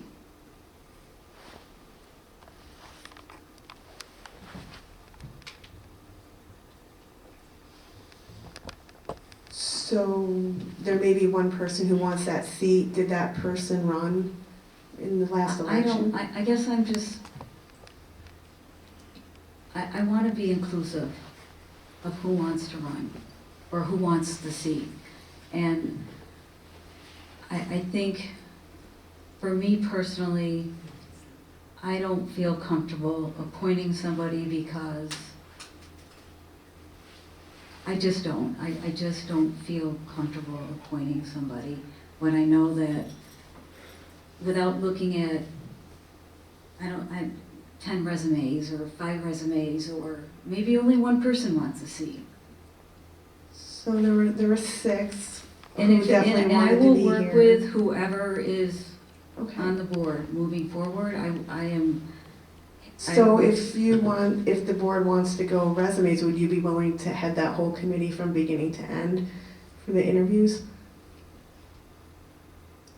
Well, it's not that I'm not, but I don't have the experience that some board members have.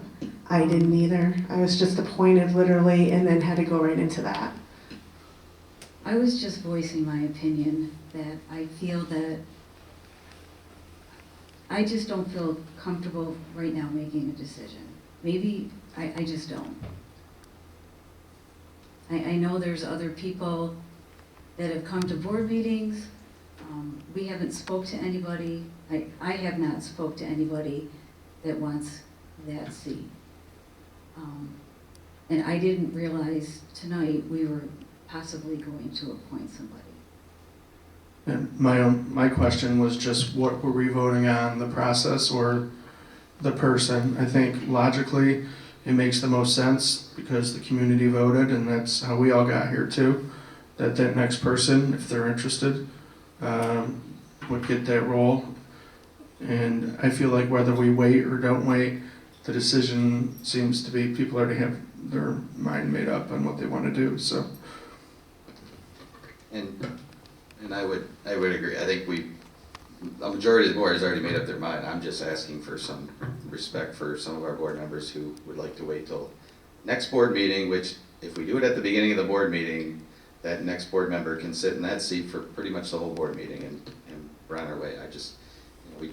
We spend a lot of time in retreats talking about how to listen to each other and all that, and I feel like that's being discarded right now by, procedural things that you know, we can't respect a couple board members and just wait till next board meeting. I don't think it's gonna change the outcome here. I don't, I think, that's I think not we should, accurate. wait, can So can that you is just? my view of what. So I So, understand, as but- board leadership, you know that there's planning that goes involved with that. So we're gonna go ask our lawyer to have a resolution ready for them, for the district to put on the agenda for it possibly to be voted down. First of all, I think we need to confirm that that person's interested. We put it on the agenda and we vote on it. I personally don't think it's gonna fail. I personally just think it's processed. It's just we got a couple board members asking to wait. No, I understand that, but I think my challenge in noticing with you, when right now I'm having a name issue right now, oh my gosh, Jeff, forgive me, is, noticing is, I don't have any objections of disagreement and things like that. The challenge I have with you sometimes is you default to this negative connotation about just because we disagree or not allowing them to say their opinion, that we're showing disrespect and things like that. And that bothers me because I don't disrespect any of these individuals on the table. I disagree. And in light of what's happened from this board over the last couple months, I have to tend to agree with our community member. There's some urgency, get it together and make a decision about who needs to go in that seat. If they feel that it needs time, you know, I respect that. I don't agree with it, but doesn't mean I don't disrespect them or not being considerate of their feelings. I am. And I have been thinking about this for 2 months, you know, about what we need to do and who needs to be in that space. Because Frank, despite my disagreements on certain issues, he and others on the board, this work requires a lot of active engagement, and we need an individual in that seat who's going to do the deeper work. And we just can't have someone there who is not going to do that deeper dive. And so I just wanted to put that out there. You know, it's frustrating sometimes. And I respect that. I've just seen when a few of our individuals bring up their ideas, they're being questioned over and over again. That I think if we just respected the fact that we probably are there, let's put it on the agenda for next meeting, we could have been done with this conversation. I feel we're at the same place. We just need to figure out the right process. And part of that is also asking questions to get clarification on where people are coming from. So when someone's saying, you know, in the case of Sam, I asked the question about timeline because you made a reference to it. I just wanted to see, I want to just know, what would you suggest? That's all I'm asking. Part of that is asking clarifying questions to get a sense of what people are thinking and feeling in this space. That's all. But, you know, if that's what they need and if the rest of the board is fine, then we'll do that. You know, as I said, I'm not going to, you know, if they need the time, I acknowledge that. I'm looking for direction because there's behind the scenes work that needs to be done. So if we're talking about the urgency of having it filled, but some of the things I'm hearing at the table right now are going to continue to possibly extend what we're trying to achieve. So there is some work that is involved with this. It's called getting it on the agenda. It's getting the paperwork that needs to be placed on the agenda so we can take action if that's what we choose to do. So I'm looking for direction while keeping in mind that we have work going forward and we need someone there now so they're with us for all the decisions we need to make going forward. I just want to say, I know this is an important issue. I just wasn't prepared to vote on anybody tonight. I didn't know that's what we were doing. But I also think we have to make sure that that person is interested too before we can vote. So I think if we have to vote on giving you the autonomy to start talking to the people that ran, and if they're interested, and go down that line, and then the first person there, if they're interested, then we would vote on them next time, right? If that's what you're telling me to do. Right. And I'm getting like mixed messages Right. from people. So yes, ideally, I would like permission to go down since we know we have to appoint, we can't do a Yes. special election.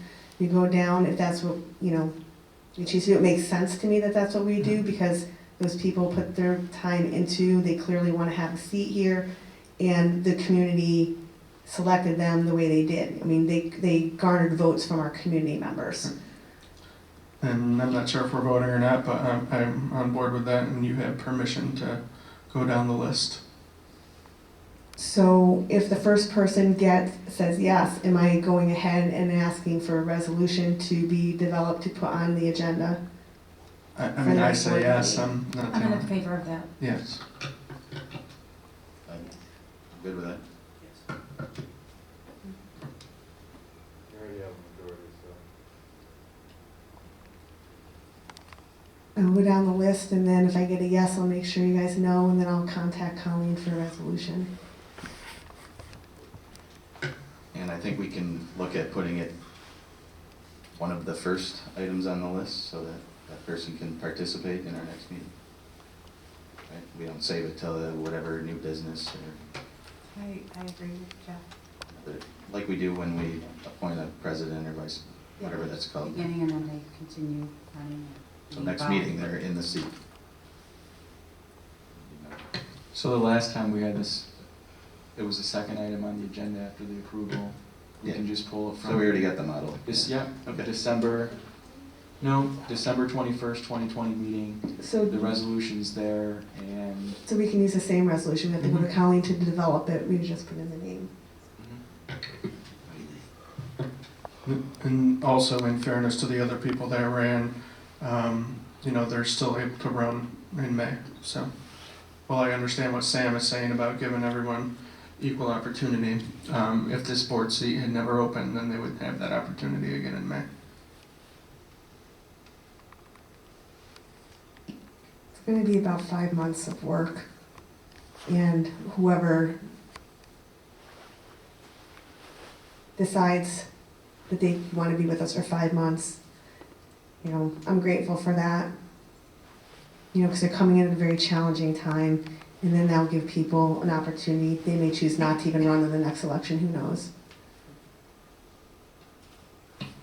Before we adjourn to executive session, I think there was one more item. A couple of board members asked about open committee seats. So, I saw an email about strategic plan from Tanya. Who's interested in being in the strategic planning committee. That's a district committee, not a board committee that Frank Mattis was on. I know I asked everyone at the beginning of the year if they were interested in being on that, and it was myself and Sam who swapped with Joan, who was on. So now Joan's a community member, Sam's on as a board member. Tanya would like to be on the strategic planning committee. No. I had asked to be on the policy committee since there was a vacancy. So with the board committees, we need to have committees for whoever the new board member is going to be. So we all were assigned board committees at the beginning of the year, and we've purposely left facilities and policy open to see if that's an option for the new person who's coming on the board. As I recall, Sam, didn't you express an interest in policy when you first got on the board? I believe that was my second choice. Yeah, and facilities was mine, and I didn't get that either, and Frank had both of those. Well, it's an opportunity for people who wanted to be on certain committees and weren't selected for those committees to maybe swap some things around. Tanya, do you recall what happened when you got on? Did you just fill? Anything that was open, I believe I was placed on the communications, there was an open seat, so I filled that particular one. So there were empty seats that I filled. What committees have openings right now? Is it just? Well, this is a thing, and this is the first year, at least since I've been on the board, that all 4 spots for all of our board committees are Frank filled. had, what, 3? No, Technology, I think. I believe He had technology is open. he had technology, policy, and facilities. There's at least 2 still open for the new board member.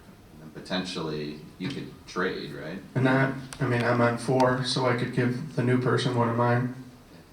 So there are some options So if we somebody can really wants it. rearrange all of our committees, I guess, and then. I think we I need to. don't think can that we- was what was No, proposed. can we just, I'm not putting anybody's request aside. I appreciate Jen telling this differentiating between a board committee and a district committee, and why, if Tanya saw Is there any Or objection? strategic. Is that okay to be part of that? Joe, is that all right, to the board, be part of that? Pretty cool. No, I guess what I'm saying is, I was just trying to think, because I didn't know the difference. And Jen explained that to me, and she's explaining it tonight. But I think we're getting so ahead of ourselves that, can we wait to see whoever the position fills Frank's position or the vacant position, and then we go for it. I'm not dismissing, Sam, your request at all, but since it's kind of tied to an individual who's going to be sitting in that position, and then we can bring it up for conversation again, but that's just my you're thought. saying that's We would just have to, kind of like we do at the reorg meeting, if we're gonna shuffle people around, we'll have to do a reapproval of our board committees. Which, I mean, it wouldn't be everybody. I mean, like Jeff doesn't have to give up any of his committees that he's on, but if anyone wants. I'm not asking for anybody to give up anything or to change anything. I just knew that there was a vacant seat and I asked to be put on it, that's all. So we could do that, or do we wait until we have a new board member and then just do that whole reapproval of filling in the slots and shifting around if there needs to be? I don't know, unless you have a particular individual in mind that you want to be on that committee, I don't see why we would, reject Sam's request that she, even if she, removes herself from one committee to put herself on that committee, if that's a higher priority, I don't see why we would reject that Oh, request. no, I don't disagree with that at all. I don't have a problem with that. I'm just figuring out the ease of doing that. Are we going to reapprove the committees with just Sam, or are we going to reapprove everything when the new person gets on in a week or two? Did we reapprove the committees when Frank was resigned from the board? There were no changes, Yeah, there were. Frank's no longer on those committees. but people don't show up either if they have other commitments as well, right? So not everyone's there all the time. But he was approved, he's not there, but when you're adding someone new, we'll have to approve. So we can go through it twice, that's fine. I just need to be communicated with so I know what direction to give Joe. I just don't and prepare it. understand I don't understand the pushback on her request. It just doesn't make sense to me. You have a current sitting board member that expressed an interest from the beginning of her term to be on a committee. The committee seat open, she requested again to be put on the committee, and now you're rejecting that request. I wouldn't say I'm rejecting that request. I'm reflecting back to when Frank left, and we had a conversation as a board as to what we're going to do with those seats, and it was recommended by our superintendent of schools to wait until we decide to fill a seat because someone would need committees to be on, and I didn't hear any disagreement at that time. So I'm just staying consistent with the conversation we've already had at a board meeting, that's all.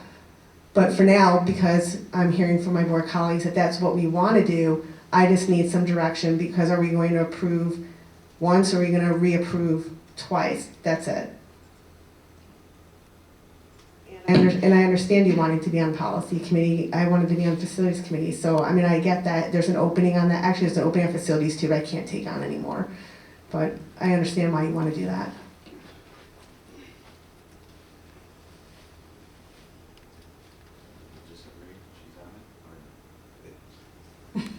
I think we could probably just vote on them all at once the new person's on, and we can shuffle how we see fit and approve whatever changes we make, right? If we're doing next week, we have a full board conversation with the new person, right? The next meeting.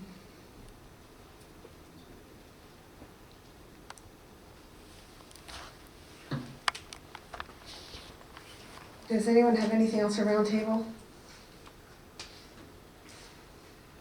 A resolve that the Board of Education enter into executive session to discuss the collective negotiations pursuant to the Taylor Law, to discuss the BTA contract and the employment history of a particular person or corporation, and the medical, financial, or credit history of a particular person or corporation, or matters leading to the appointment, employment, promotion, demotion, discipline, suspension, dismissal, or removal of a particular person or corporation. Can I have a motion, please? Shall I first? Was that Tanya, second? Okay, Tanya second, all in favor? Opposed? Passes 8-0.